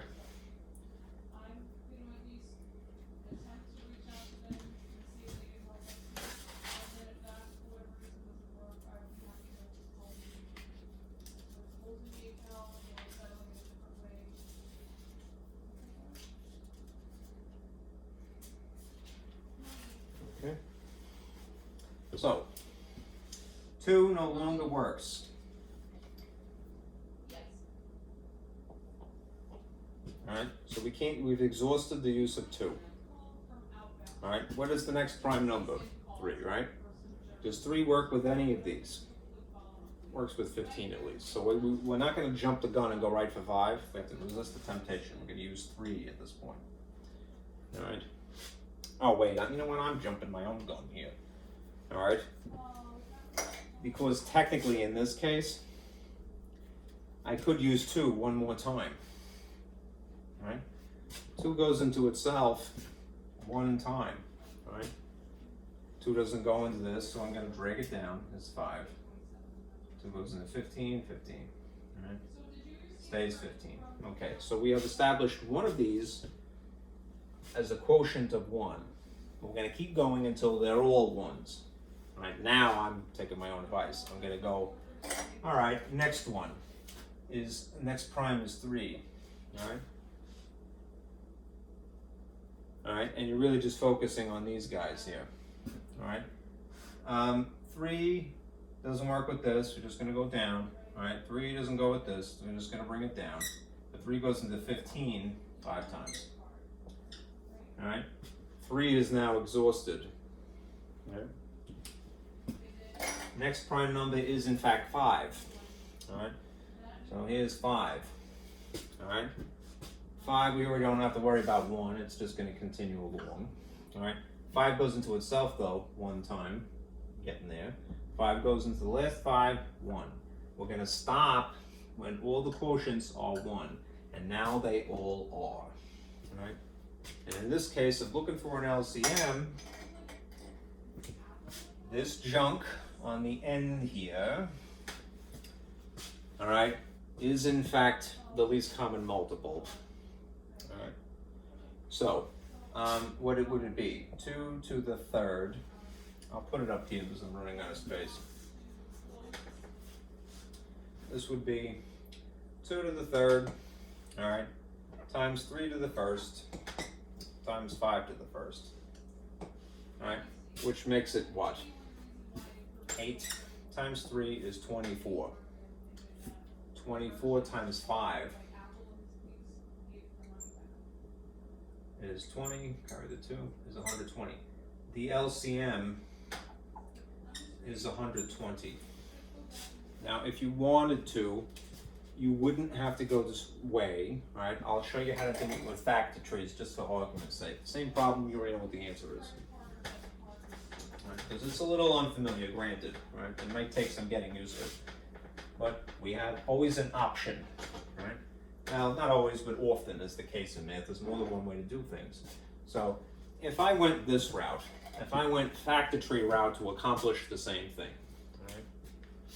It would be 8 is a factor tree, 10 is a factor tree, and 15 is a factor tree.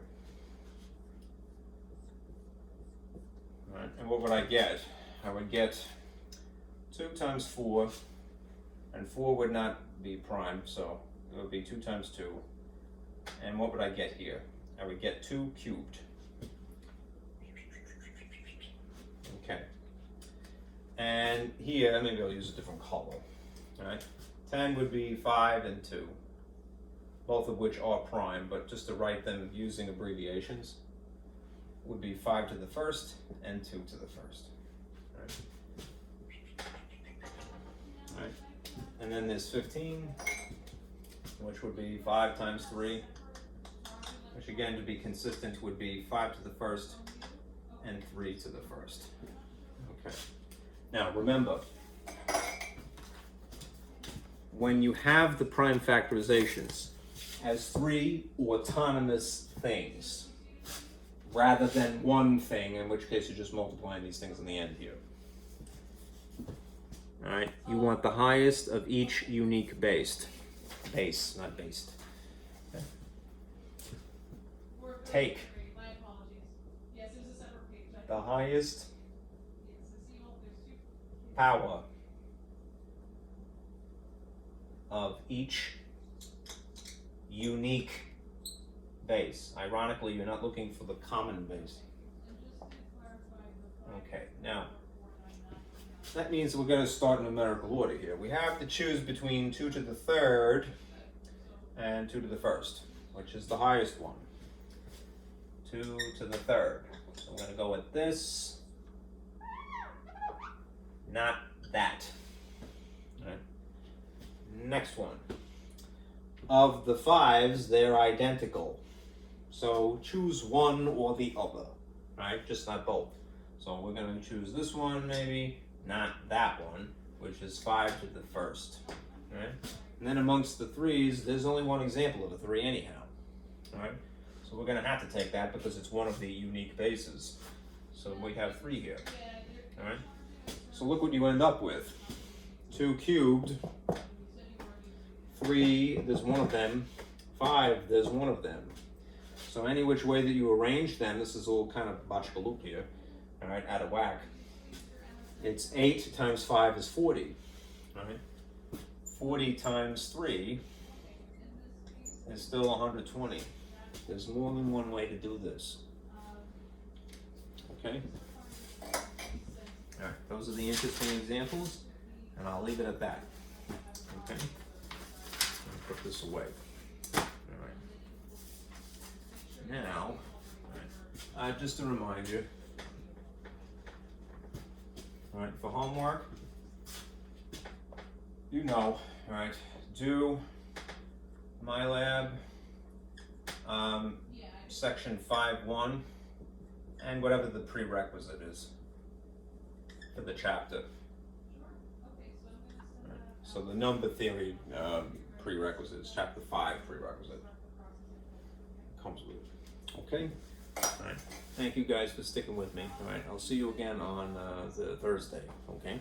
Be careful out there.